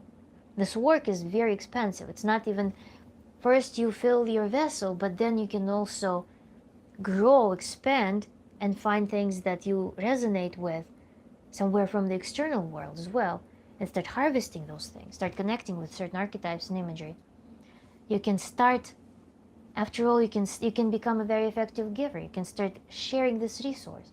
Because when you're just beating in one point, living in the tunnel, in one archetype, you're exhausted, you're exhausting this role. The person who was at work got tired. What do you want from me, stupid partner? Do you want me to entertain you now at home? No, I'm tired. I'm tired at work. You cannot share anything from that. You're barely surviving. You're exhausting the role. You're exhausting yourself. How about now you found new roles, new energy? You plugged yourself in to the infinite source. Now you can start sharing it. You can share it with yourself to heal certain things in yourself. You can share it with your loved ones. A very beautiful practice. You can experience it really easily. When you fill yourself and perform certain alchemy that we study at the sessions, that we do at the sessions, with all of those fasts, it probably will be a little bit too difficult to explain in the talk, the exact methodology of how it's done. When you fill yourself, when you filled your vessel, energy vessel, you can now transmit it to others. Your communication now that you are complete, energetic, you don't feel like being a parasite, clinging to anyone for energy. You can become a giver because you found an inexhaustible source of energy. You go to others as a giver. You can share your energy. You will, at this step, you will experience something absolutely magical. You will feel, you will see others as complete people. You will see the world alive. You will see everything from a very different perspective. Very beautiful and wholesome perspective. And when you interface with other people, you will be able to give them, through your touch, through your glance, through your communication, through your verbal channels, through intimacy. Now you are not just grabbing. You don't just feel either that people, you know how when people, especially introverts, are exhausted, they feel like people are just preying on them. Whenever an introvert goes out, they feel like people just go somewhere inside and like grab, grab, grab. They feel really intimidated, they feel really like defensive from that. Or extroverted people who like to prey on other people, they feel like they're always in lack. They need to grab, grab, grab for themselves. And then some people start shying away from them. You become an autonomous source of energy. Now you're ready to actually exchange. Exchange not from deficit, exchange from being filled. This is a striking milestone. This is where you will be, for the first time, perhaps seeing very brightly mirrored state of yours. Because in every partnership, in every relationship with human, our personal properties, they are very brightly seen. This is where you will see that. And we're moving on to step 9. If you have any question, guys, please drop them down and I will drink.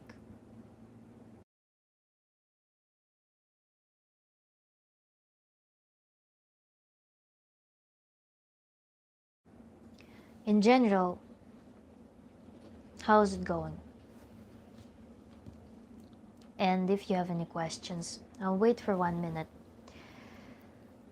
And we're going to move on to even more intense things. Drop the reaction if you're enjoying the stream. Or I imagine also some people probably just have their phone laying around somewhere or laptop just listening, so.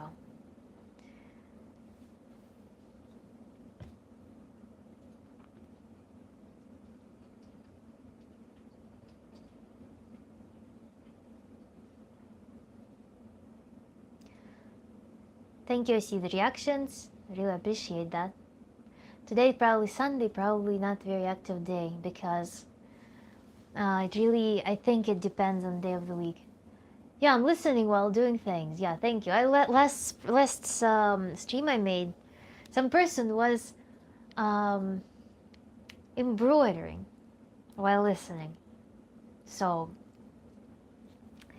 that's why I'm asking. I'm assuming that to be a thing. I myself actually, I like to play something on YouTube and while I'm doing things. It puts me in some, I can curate my space basically. I sometimes play videos depending on my state, depending on which energy I want to reinforce. I play videos that put me in the proper state. And I just play them as I, for example, cook or do some chores, or when I'm sewing as well. I have some go-to things for those processes. We're going to move on to step 9, and this practice can be super intense. This can be absolutely crushing. This can be an absolutely life-changing thing for many people. Step 9 is the practice that's called loving eyes. And it's hard to describe that.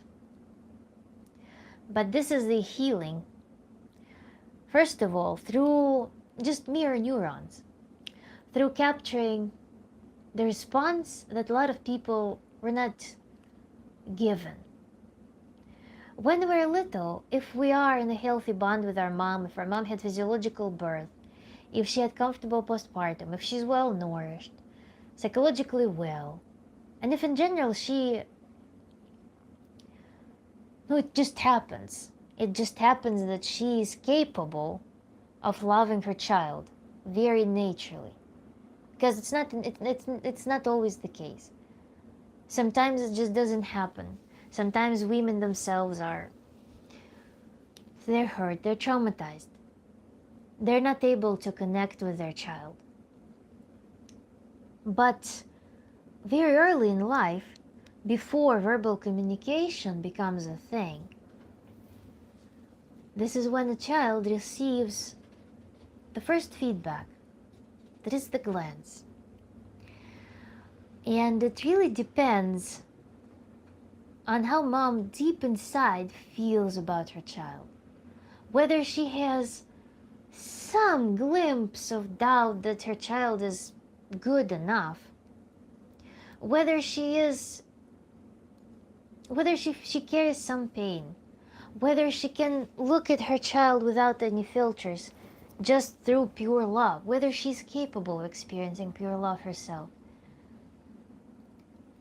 This is when she needs to give the child this confirmation that the child is allowed to live, that the child is welcome, that the child is loved. If this authentic glance happens, it happens with hormones. The child is connected, physically connected with mother. Receiving this confirmation, this support that may carry this child, that may give this child this ultimate self-confidence, this reassurance, this stability in life. And this baby, this child, will see this glance for the first time, and then will keep seeing it as the child grows up, receiving this confirmation. No matter what happens, there is this ultimate acceptance, there is this love, there is this tenderness, and the sense of being welcome that gives child the permission to play. I'm playful. I can be alive. I can experience life. I can be emotional. I can be pure. What if I do this? I can be curious. I can make mistakes. It's okay. But a lot of children don't receive that. A lot of people receive a glimpse of judgment. They receive a glance of stress. Later in life, perhaps this can happen later. They may live in this paradise. Something happens, and they see the glance of aggression when they grow up. When they encounter intimate relationships, yeah, there are some predicaments for which partner you will get, but it's never guaranteed that even if you grew up in paradise in super loving family, that you will not meet someone who will be very hurt and who will be transmitting this hurt to you. You can receive some other confirmation that the world is dangerous, that there is struggle, that an adult cannot keep up with it.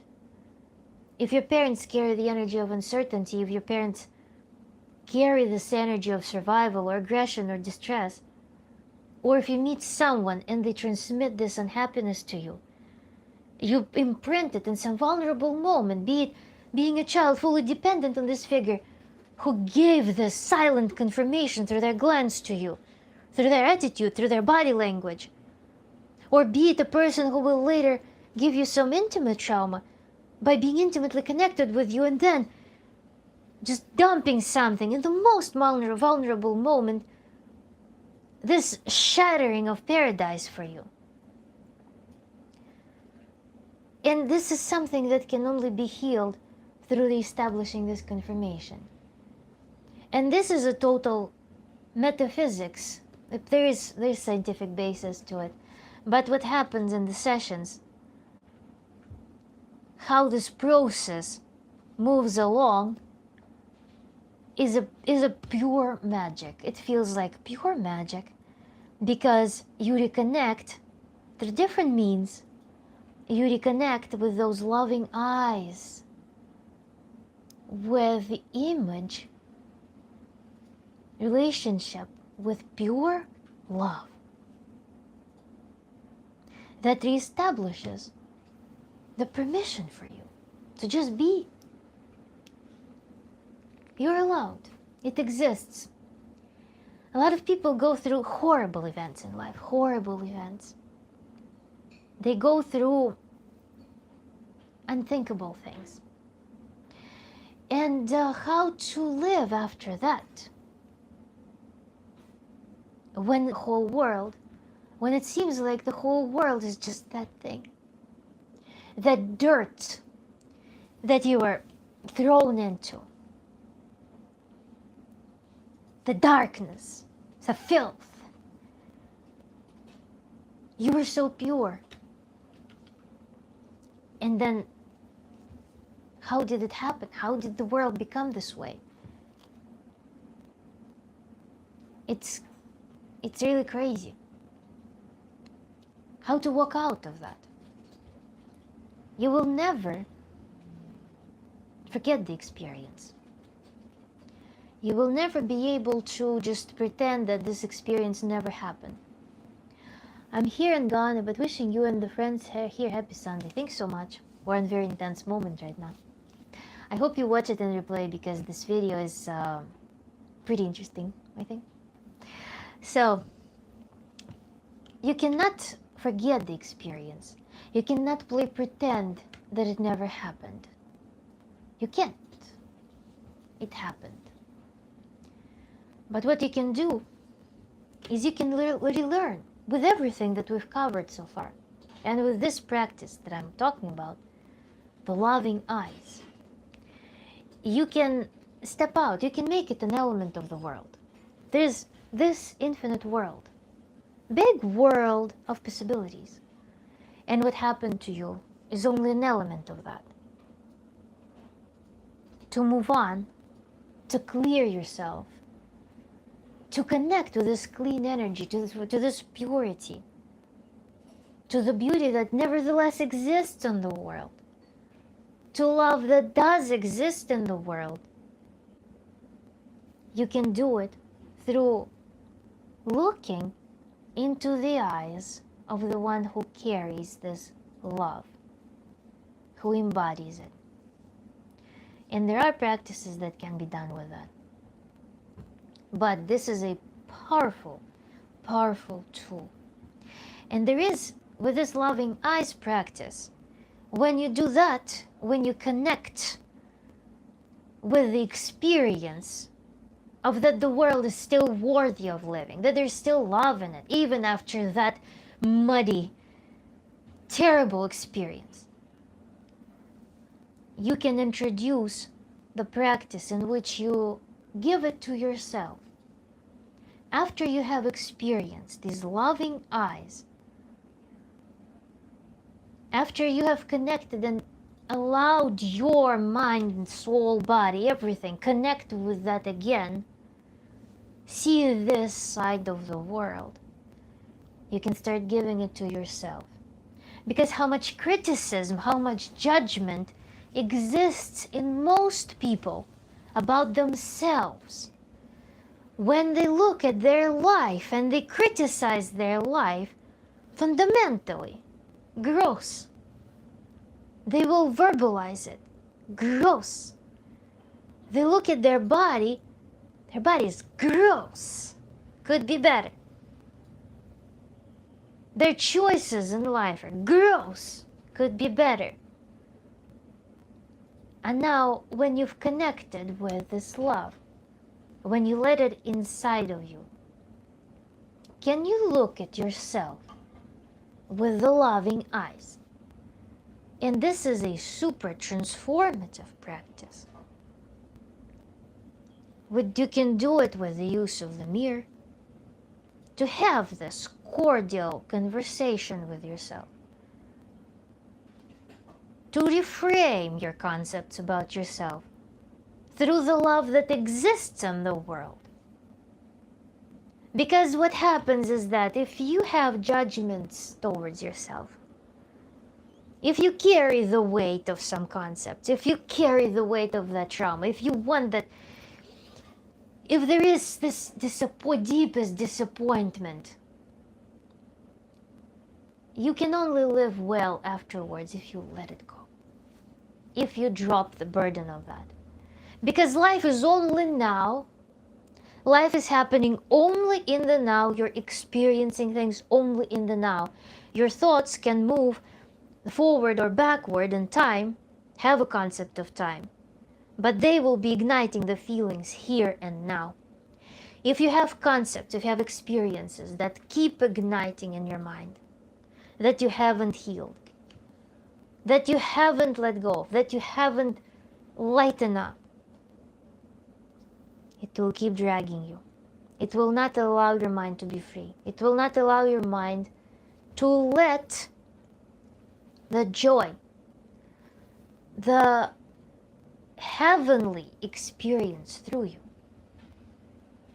This is why we do this practice, loving eyes, and then practicing it towards ourselves and towards the world. You now become a vessel, for it's never just holding on to something. It's always this transmission. It's always receiving and giving. You are now giving. Loving eyes, when you got this into yourself, when you learn to look at yourself through this, when you saw how you can be looked at through this, you can go into the world and you can love the tree. You can love a little grass. You can love the sky. You can love humans around you. You can love people who are close to you. You see them through the love, through the lens of love. And you yourself, you become lighter. You become lighter. The things that you don't need to, the baggage is diminished. It melts. It shrinks on the background of the vastness of loving energy that you cultivate now, that you got introduced to. It all shrinks. It becomes smaller on the background of that. Never disappears. It doesn't disappear. There are things that cannot be forgiven. There are things that cannot be forgotten. People go through absolutely crazy things. But the world is nevertheless always bigger than that. And your mind can always grow bigger than that. And your mind can always embrace the other side too. And this is the step 9 in our Tantra therapy, which is loving eyes. Do you believe in our Lord and Savior Jesus Christ? I don't believe in your Lord and Savior. I don't believe in these concepts. I don't believe in ancient Jewish mythology. I actually like Greek mythology, ancient Greek mythology much more. It's more fun. And actually the climate there is much better too. There are mountains, there's seaside. Kind of journeying, even storytelling like through those like desert things, not appealing to me, I don't know. I guess I'm from European descent, so my genetic predisposition is for certain nature landscape that's different than desert. And the nature is more lush. So I'm more inclined to have associations with mythology that's more about seaside, leisure, beautiful, delicious things, enjoying the physicality and celebrating life. It's really amazing. I always loved Greek mythology over desert mythology. So then step 9 we've covered. Now we're moving on to step 10 out of 13 steps that we have in our general tantric work sequence. And before we move on to step 10, Human Renaissance, realformoflife.com, first session is 50% off, first RFL. Also subscribe to my newsletter on my website because I will be posting things there. I will be posting practices, something that you can start doing on your own. And also blog. Yeah, I want to reignite my blog. Subscribe to my Instagram, my art Instagram as well, AF Wonderlander. Yeah, subscribe to my channel as well if you're enjoying what I'm talking about. We're moving on to step 10. Step 10 is where we start introducing the concept of duality. There is, like all our perception, our mind in general, our psyche is wired to perceive things as something and its opposite, and in their union is born life. We perceive only pulses of energy. We don't perceive stagnation. We don't perceive some singularity. Everything we perceive is movement of energy. Hence, the imagery of polar opposites, of some opposites in harmony, in some interaction, is something that's very native for our psyche.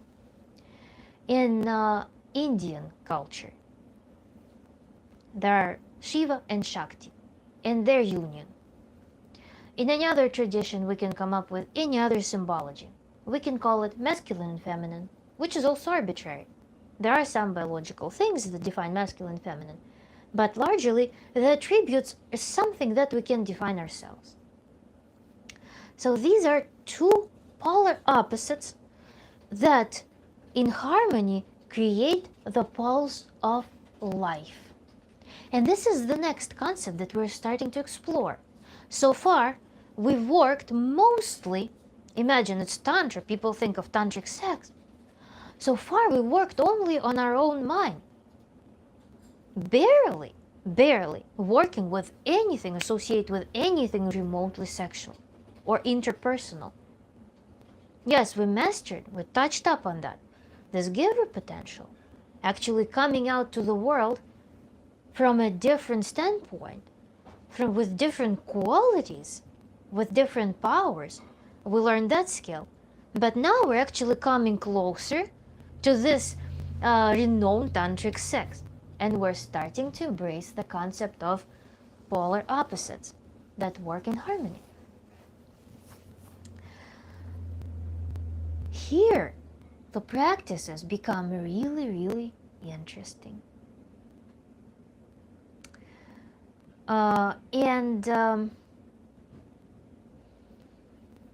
Through this divine union, through this harmony of the opposites that produce the pulse of life, we're going to embark on another array of deeply transformative practices. What else can we transform at this point? First of all, through this image of this life force, this life pulse, we can heal a multitude of things in our psychophysical field. People who experienced trauma in relationships, deep disappointment in relationships, who have certain rigid concepts, harmful concepts about partnership and relationships, intimate things, they can be healed through these practices, using this imagery of this harmony that produces pulse, masculine, feminine, in ecstasy producing everything and pulse of life. You can create, through this thing, imagine, you can access your own state that will be attracting the partner that you really want. So this is the practice for self-exploration. What parts of your personality can you reveal when you connect with the imagery of masculine or feminine that you really crave in your life? How can you turn it into improvement of your own life in a way that relationship that you want will come effortlessly?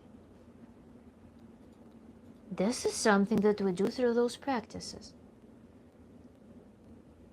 Then how can I in myself reinforce certain qualities? How can I come to actually diagnose and see, am I living authentically in a way that is conducive of the life that I want, partnership that I want? Maybe I am not doing something that I should be doing. Maybe I should take better care of myself. We do it through the lens of this gender-based polarity. Then we can also change our concepts about partnerships. Society has a whole mountain of nonsense regarding the relationships that come from archaic societies where relationships, building very rigid relationships, We're the foundation of survival of the tribe, because if it's not regimented, then there's conflict. Conflict leads to reduction of population, unrest, and reducing the survival potential of the community, of the tribe. These things, they stayed with us. There are a lot of archaic things that were designed, for example, for certain goal that is no longer relevant, but the beliefs are still persisting. The roles of man and woman are still persisting in imagination, totally impractical, but they're still there. You can understand through practicing these. You can understand and formulate for yourself, what is it feminine? What is it masculine? And you create this duality, this couple portrait, assembly of certain attributes that you, only you, assign. And you can start living in harmony with those things, better understanding yourself, without trying to putting your brain out there, picking some concept from society, some mythical society, trying to stretch it onto yourself, and walking in this costume, expecting to find good partner with whom you will build authentic relationship.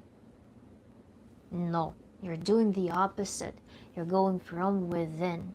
You're using your arousal, your romantic impulses in order to build this imagery. And then on the flip side, to start utilizing certain things in your own life. Because you want a caring partner. Do you care for yourself? Can you start caring for yourself in the language of love that you want right now? And then, when we go through the step 10, there is a super intense, long practice that requires a lengthy session. When I conduct it with the clients, it goes beyond the single session, and it's on a separate day, and nothing else is done on that day, because this practice is truly transformative. It rewrites the whole concept of your life. It allows you to rebuild virtually everything through this walk. My practice, walk through the psyche, came based on this practice, which is called destiny healing. Destiny healing is an absolutely intense, absolutely crazy practice. Destiny healing, within this practice, you're going through everything that went through your life, in your life, and you are actually journeying through it from your unconscious plane, something that's written somewhere deep inside. Really intense practice, really transformative, requires a day off, and it has very long-lasting effects, and not even long-lasting effects. The processing of this practice will take several days. Usually people have interesting dreams after that. But this is a long, like couple of hours long journey through very interesting experiences, and healing the experiences using this concept of polar opposites in harmony, producing this healing ecstatic pulse of life, the purest energy. So this is a crazy one on step 10. This is a lot. It's a handful. We still have 3 steps left, and they're all related now to tantric sex. And those are the steps that we approach only after we have done all of this mountain, to completely change how we function. Remember where we started. In the tunnel. Overwhelmed. Imbalanced. in some darkness, stuck in vicious cycle. We are now in this expansive, variable world, embodied, connected to our senses, connected to the source, connected to our archetypes, connected to the infinite sources of energy, moving, switching things up, very efficiently functioning in the society, realizing our dreams, moving towards our dreams and goals. Imagine the contrast. This is Tantra before tantric sex. But one practice from tantric sex can be, or a couple of them, can be given right away. So if someone comes to me, some couple, and they're like, we tried everything, we're bored, what to do, can you give us tantric sex? And there are practices that definitely can be introduced to them right there. But all of this work preceding this magical tantric sex is so fundamental, and it changes the quality of your intimacy on a very fundamental level. You can try any experimentation in sex, but if you come to intimacy from the perspective of a person who's deeply irritated, who goes to intimacy to release tension, to dump stress, or if you come to intimacy with half of your body locked, your attention, your mind is disconnected with half of your body. When out of all of your senses, out of all of the nervous endings that you have all around your body, 99.9% is numb and not awakened, not exercised. You're not connected with that. What quality of intimacy will it be? What quality of intimacy? Hi, we're on step 11. We're actually starting to cover tantric sex. We're doing tantric therapy, tantric coaching today. I covered already 10 steps out of 13. We have 3 steps left, the most interesting topic. So without everything we've just covered in those 2 steps, what quality of intimacy with the partner you're going to have?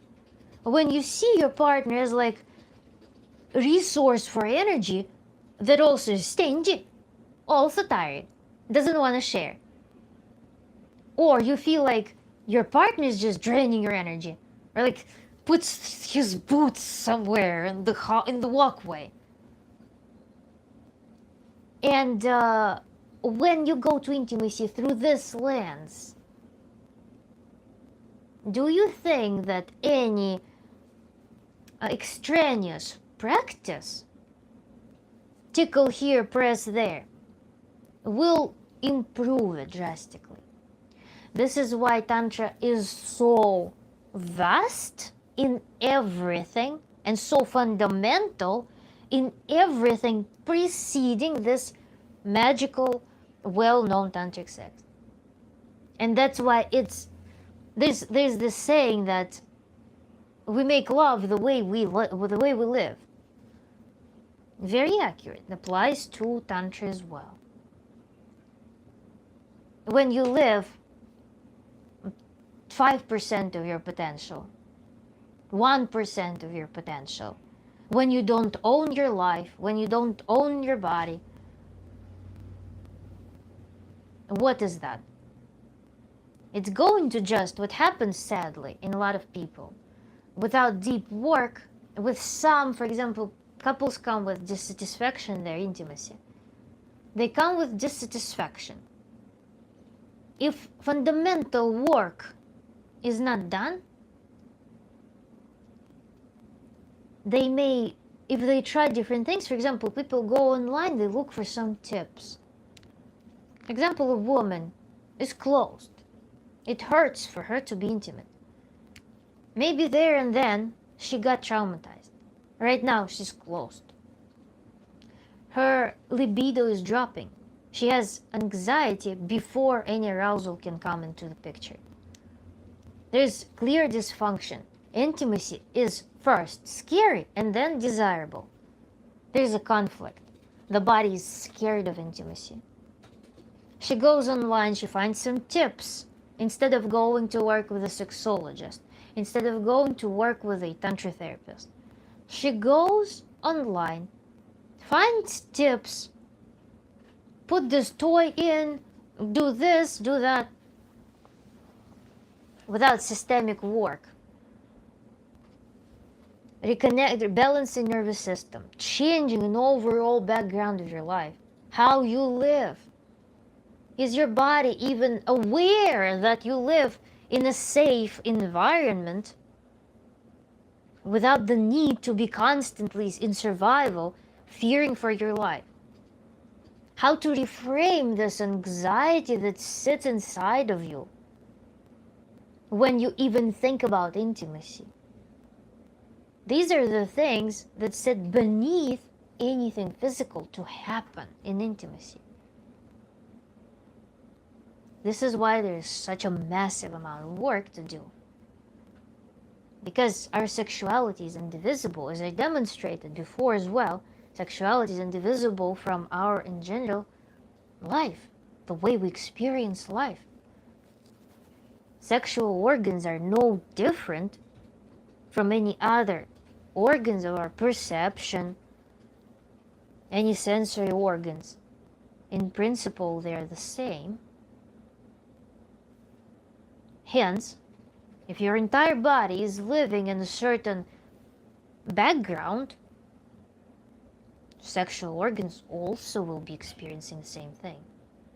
And it takes de-armoring, it takes a lot of work on relaxing, it takes a lot of work to gain trust, to build a healthier outlook on things on the physical level. And so here on step 11, we start covering languages of love. This is something that everyone can embrace and start exercising right now. But 4 love languages need to be exercised, and they need to be communicated with the partner. Because a lot of times also with all the automations that we discussed, automations can be concerning your communication with the partner. Do you know each other? Do you know your partner? Do you give your partner what they want? Does your partner know what you want and can give it to you? Languages of love, instead of automation, for example, you know that you like wash the floor every Saturday, and this is kind of your language of love because you take care of the environment. But do you say the words of love to your partner? Do you give glances of love to your partner? How saturated are you two with love with each other? Do you touch each other through the love language, through the love energy? So languages of love will need to be established, discussed, and exercised. You on a daily basis, you introduce certain actions that reinforce the languages of love, that demonstrate to your partner all of your feelings. Or, if you don't have a partner, you give them to yourself. Do you look at yourself with a glance of love? Do you touch? Do you act? Do you give actions of love? Do you say the words of love to yourself? Even if you just have a pet, have a child, anyone who is in your circle of love, do you exercise the full potential of love? So as you can see, the trend here, we're moving expansively from the tunnel, from holding on to something. We're uncovering infinity, we're uncovering possibilities, we're uncovering assortment, we're uncovering multitude of scenarios. This is where we feel free. This is where we can enjoy this fluidity, this free flow of life. This is where our emotional reservoir is. These are cognitive reservoirs free. It's where our throughput is so high, energetic throughput, creative throughput, sensual throughput. So step 11 is exercising languages of love. Now we're moving on to step 12. And this is another practice besides languages of love that can be given to just anyone who's interested in tantric sex. But again, with everything that I've described in this video so far, probably it's apparent why it is worth going through the entirety of work. It's called 7 colors of love. And with this practice, you're basically learning with your partner to communicate your desires. And also you're learning to receive from your partner their desires. And this is the practice that's performed very interestingly. You basically have a table of body parts and types of stimulation. You have a timer, and you take turns performing certain stimulation on each other's bodies. 30 minutes one side, one way, 30 minutes the other way, or 15, I don't remember, need to calculate. So you basically perform this practice on your partner, then your partner performs this practice on you. It's a mandatory thing that it's both ways. And in this practice, you actually learn, it might be very clumsy, but you learn to communicate your physical intimate desires and the type of stimulation that you would like to experience. And then your partner has also liberty to be creative and stimulate in certain ways. Of course, all the taboos, all of the things that are no are discussed in advance. But this is the practice that, first of all, as I said, teaches you to communicate. Second of all, it teaches you to know, to learn what your body really wants. Because as with everything in intimacy, you also may have a repertoire. You are accustomed that, okay, so here, right now, we're doing this, like this move, kissing here, touching here, doing this, and then action. Red outfit, fitting to the topic. Yes. So straight to action. So your repertoire might be quite limiting, or quite limited and limiting. With this practice, you get to know that, oh my God, this spot actually feels good. I didn't know that this exists. I didn't know that this is possible. And so will your partner also discover, was it possible? Was it a thing? Because people also, what they do, there's a orange and black website that shows very very typical script, very typical sequence of action usually. And that black and orange website, people, again, they don't exhibit a whole multitude of sensual experiences. It's not the purpose. But that's what becomes the idea of people who watch that content. It becomes their idea that intimacy should be such. They see it and then they're like, okay, kiss, straight to action type of thing. Not wasting time. And in general, there is also this performative facet to it. A lot of people, they live because also they watch black and orange website, or they encountered a partner who said something. They have performative attitude in intimacy because they look at themselves, at the process through somebody else's eyes, through some weird lens. And when you break the pattern, sometimes it helps to actually feel it from within, like, oh my God, this is the experience now. It's not an observation, this is an experience. And also removing judgment, creating a safe, dedicated space for communicating our desires and experiencing them will be also a very powerful tool for removing this attitude of performative intimacy. And you noticed in one of my streams, I advised the person to employ the timer. Employ the timer. It's actually one of my big recommendations. Timer is your best friend for a lot of the practices because control is outsourced to the timer. It seems like such a simple thing, but timer, when you say that, okay, you timer, you hold 2 minutes of reserve, I'm not controlling the time, I'm going to do my thing, you will be surprised how powerful it is. And when in this act, in intimacy, you create controllable environment for experience, this is the key. To create a controllable environment for the experience, you will also unlock a lot of the things in your body, in your sensual area, in your sensual sphere. But using the timer, assigning that this is a practice, is something so powerful. Just the mere fact that this is the practice performed with the timer. You outsource control. You create a controlled environment for the experience. And this is the key trick. And in this practice, you will alternate. What you want, you are controlling everything. Your partner is doing exactly what you want. And then you switch the mode and your partner is doing what they want on you. So within your taboos, within your applicability range.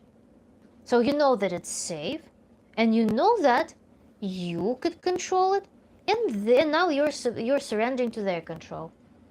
How beautiful is it? A really nice practice. Very simple, yet very effective. Changes your perception of intimacy completely. Because it opens you up to completely new scenarios and allows you to experience the experiences without control. Then the last step is step 13. And this is where things become so sophisticated. Where we put together everything. Everything from our step. There are some practices actually that I didn't mention here. Some of the practices that are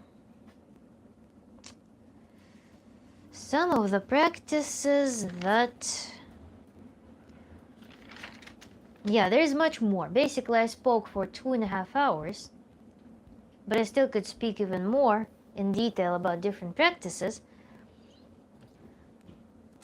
Visualization of partner, potentiated image of the partner with your goal, all of those things.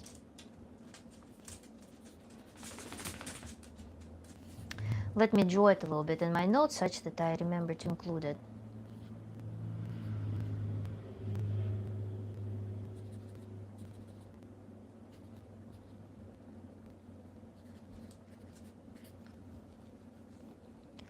So we're on step 13, it's the last step here in tantric sex and in our tantric work. So this is the climax of tantric course, but again, this thing may not be necessarily aligned with the goal of the client. Whoever comes with certain life problem, they can abandon this work before this step. This step is if person gets super into tantra and they actually want to experience a very comprehensive and very intricate kind of intimacy that's not accessible to general population because it requires the skills that we've mastered throughout this work. And this is the practice in which your skill to focus, defocus, split focus, giving energy, receiving energy, controlling the states in your body, and then also being very embodied in intimacy through previous 2 practices and through previous all practices that were prerequisites for those. This is where they all come together. And this is when intimacy becomes an overwhelming full body experience with very interesting knobs, a lot of variability. And step 13 can be a super long work, super lengthy work, because every element of this step requires practice. This is when you play with paradoxes. For example, stimulation happens here. I can defocus on it. Defocus is when attention is kind of above, like a light blanket above, or like a light cloud. Or stimulation can be here, a focus can be here. I place focus here, and I can experience what I feel here while this is being stimulated. There's a multitude of things, and all body parts are being stimulated in this practice, sequentially, and then together in different symphonies. But this is a very creative and an exhaustive thing. So step 13 in itself doesn't have an accomplishment in the end. Step 13 becomes, it just opens the door to infinite creative pleasures. And it also has those transferable skills. Something that would be, for example, handy in labor for women, for example, because of how it trains your mind to work. How it trains your mind to exist with different kinds of stimulation while also relaxing, while also focusing on something, while creating pathways for your mind that are outside of the most strong stimulation going on. So yeah, the good example, that's why, is for like women in labor. Sounds like tantric sex can save relationships. It can if people are both willing to work towards that point. As I mentioned, you will please watch this video and recording, because I went through a lot of the comprehensive things on the way here. Its overall tantric approach, not to even save the relationships, because not every relationship needs to be saved. I would say that it gives tools to make relationships really good, if there are, of course, prerequisites and mutual desire to work on them, to make them good. So this 13th step has transferable skills, and I probably won't be able to explain to you how exactly it's done without the skill set that we've discussed. Because the whole concept of defocus, this deep brain rest, or how you can defocus on something. We know how to focus on something. How can we defocus on something? How can we, for example, feel the entire body? But right now, can you feel your entire body? Feel the entire body right now, or only right half of the body? Drop in the comments if you feel your right half of the body, or your entire body, if you manage to feel it fully. So, when we practice all of those things through other practices, they find their way in this intimacy. And this is where you can technically prepare your body, develop your body to experience full body pleasure. Because what happens often, if you are not familiar with your body, if you don't activate your body fully, if you don't connect with it, if there are some blockages and stuff, what happens? The pleasure cannot be experienced fully. For example, certain impulse will travel through your body, but then it will be stopped somewhere because there's some nodule there. So important to actually heal the body, heal the emotional sphere, make everything streamlined, light.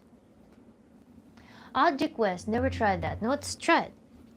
Feel half of your body, the right half of your body right now.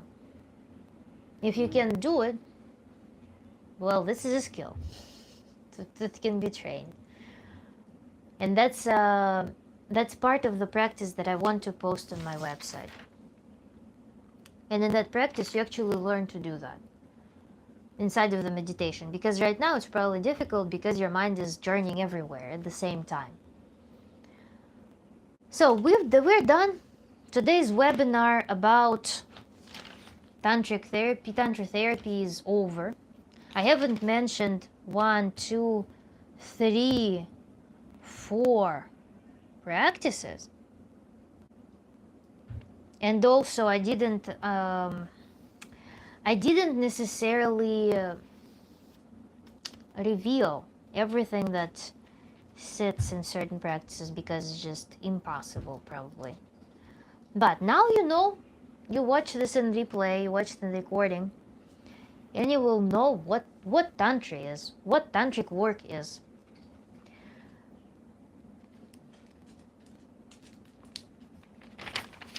Questions, comments?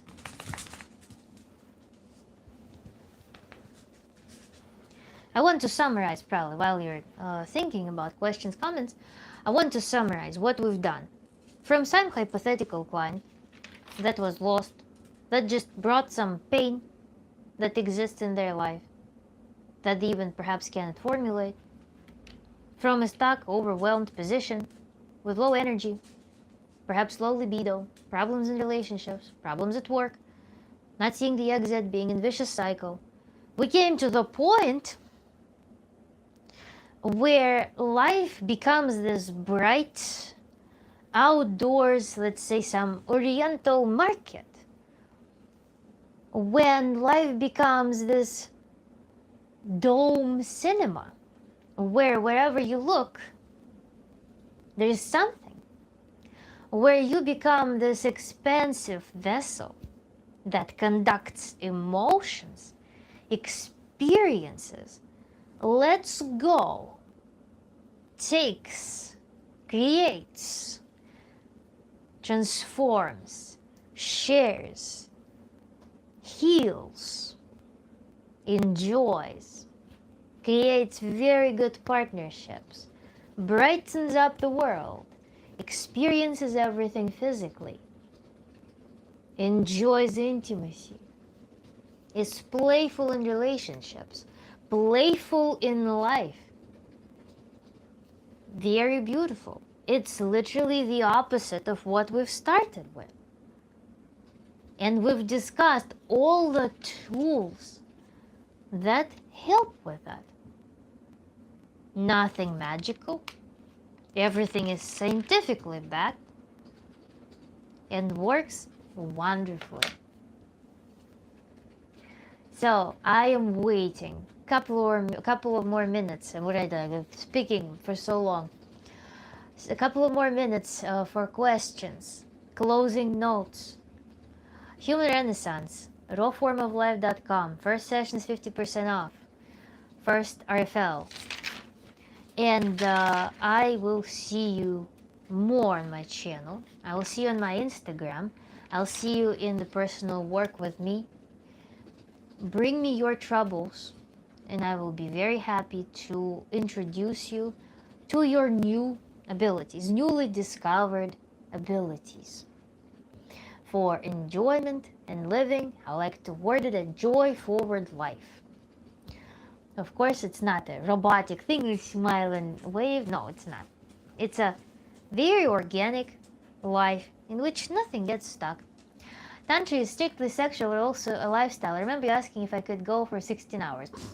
I was asking you because you were trying to converge all human experiences into the biological interaction between men and women. That's why I was making that joke to illustrate that 16 hours, I mean, what are you gonna do? There's human experience, creative human experience outside of that.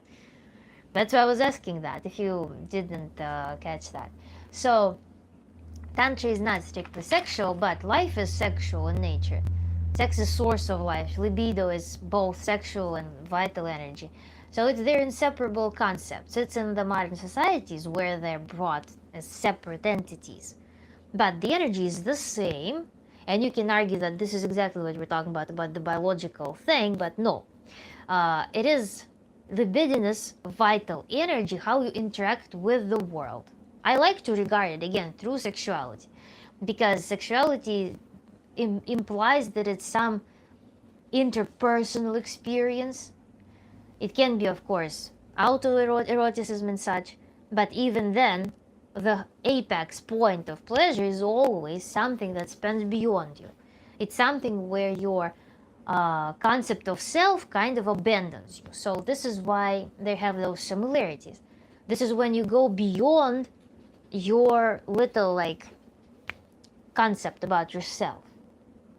And this is why they share the same place, same connotation. And I really encourage you to watch the stream in recording. There was almost no questions. There was mostly there was just mostly like lectures, point by point by point, very structured, very easy to digest material. So then I guess sublimation is considered as main source of energy inspiration, not source. It's one of the outlets for it.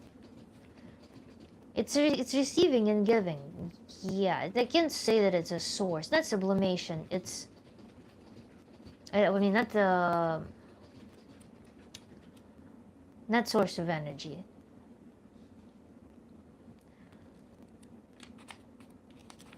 It's an exchange, primarily. So I will take one more question or comment, and I will be turning off because I can't speak any longer. I was speaking non-stop for 2 hours and 40 minutes.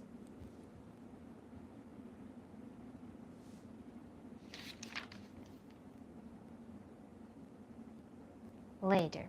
Sure, feel free to drop in the comments as you're watching this stream and recording. Bye bye. Thank you, everyone.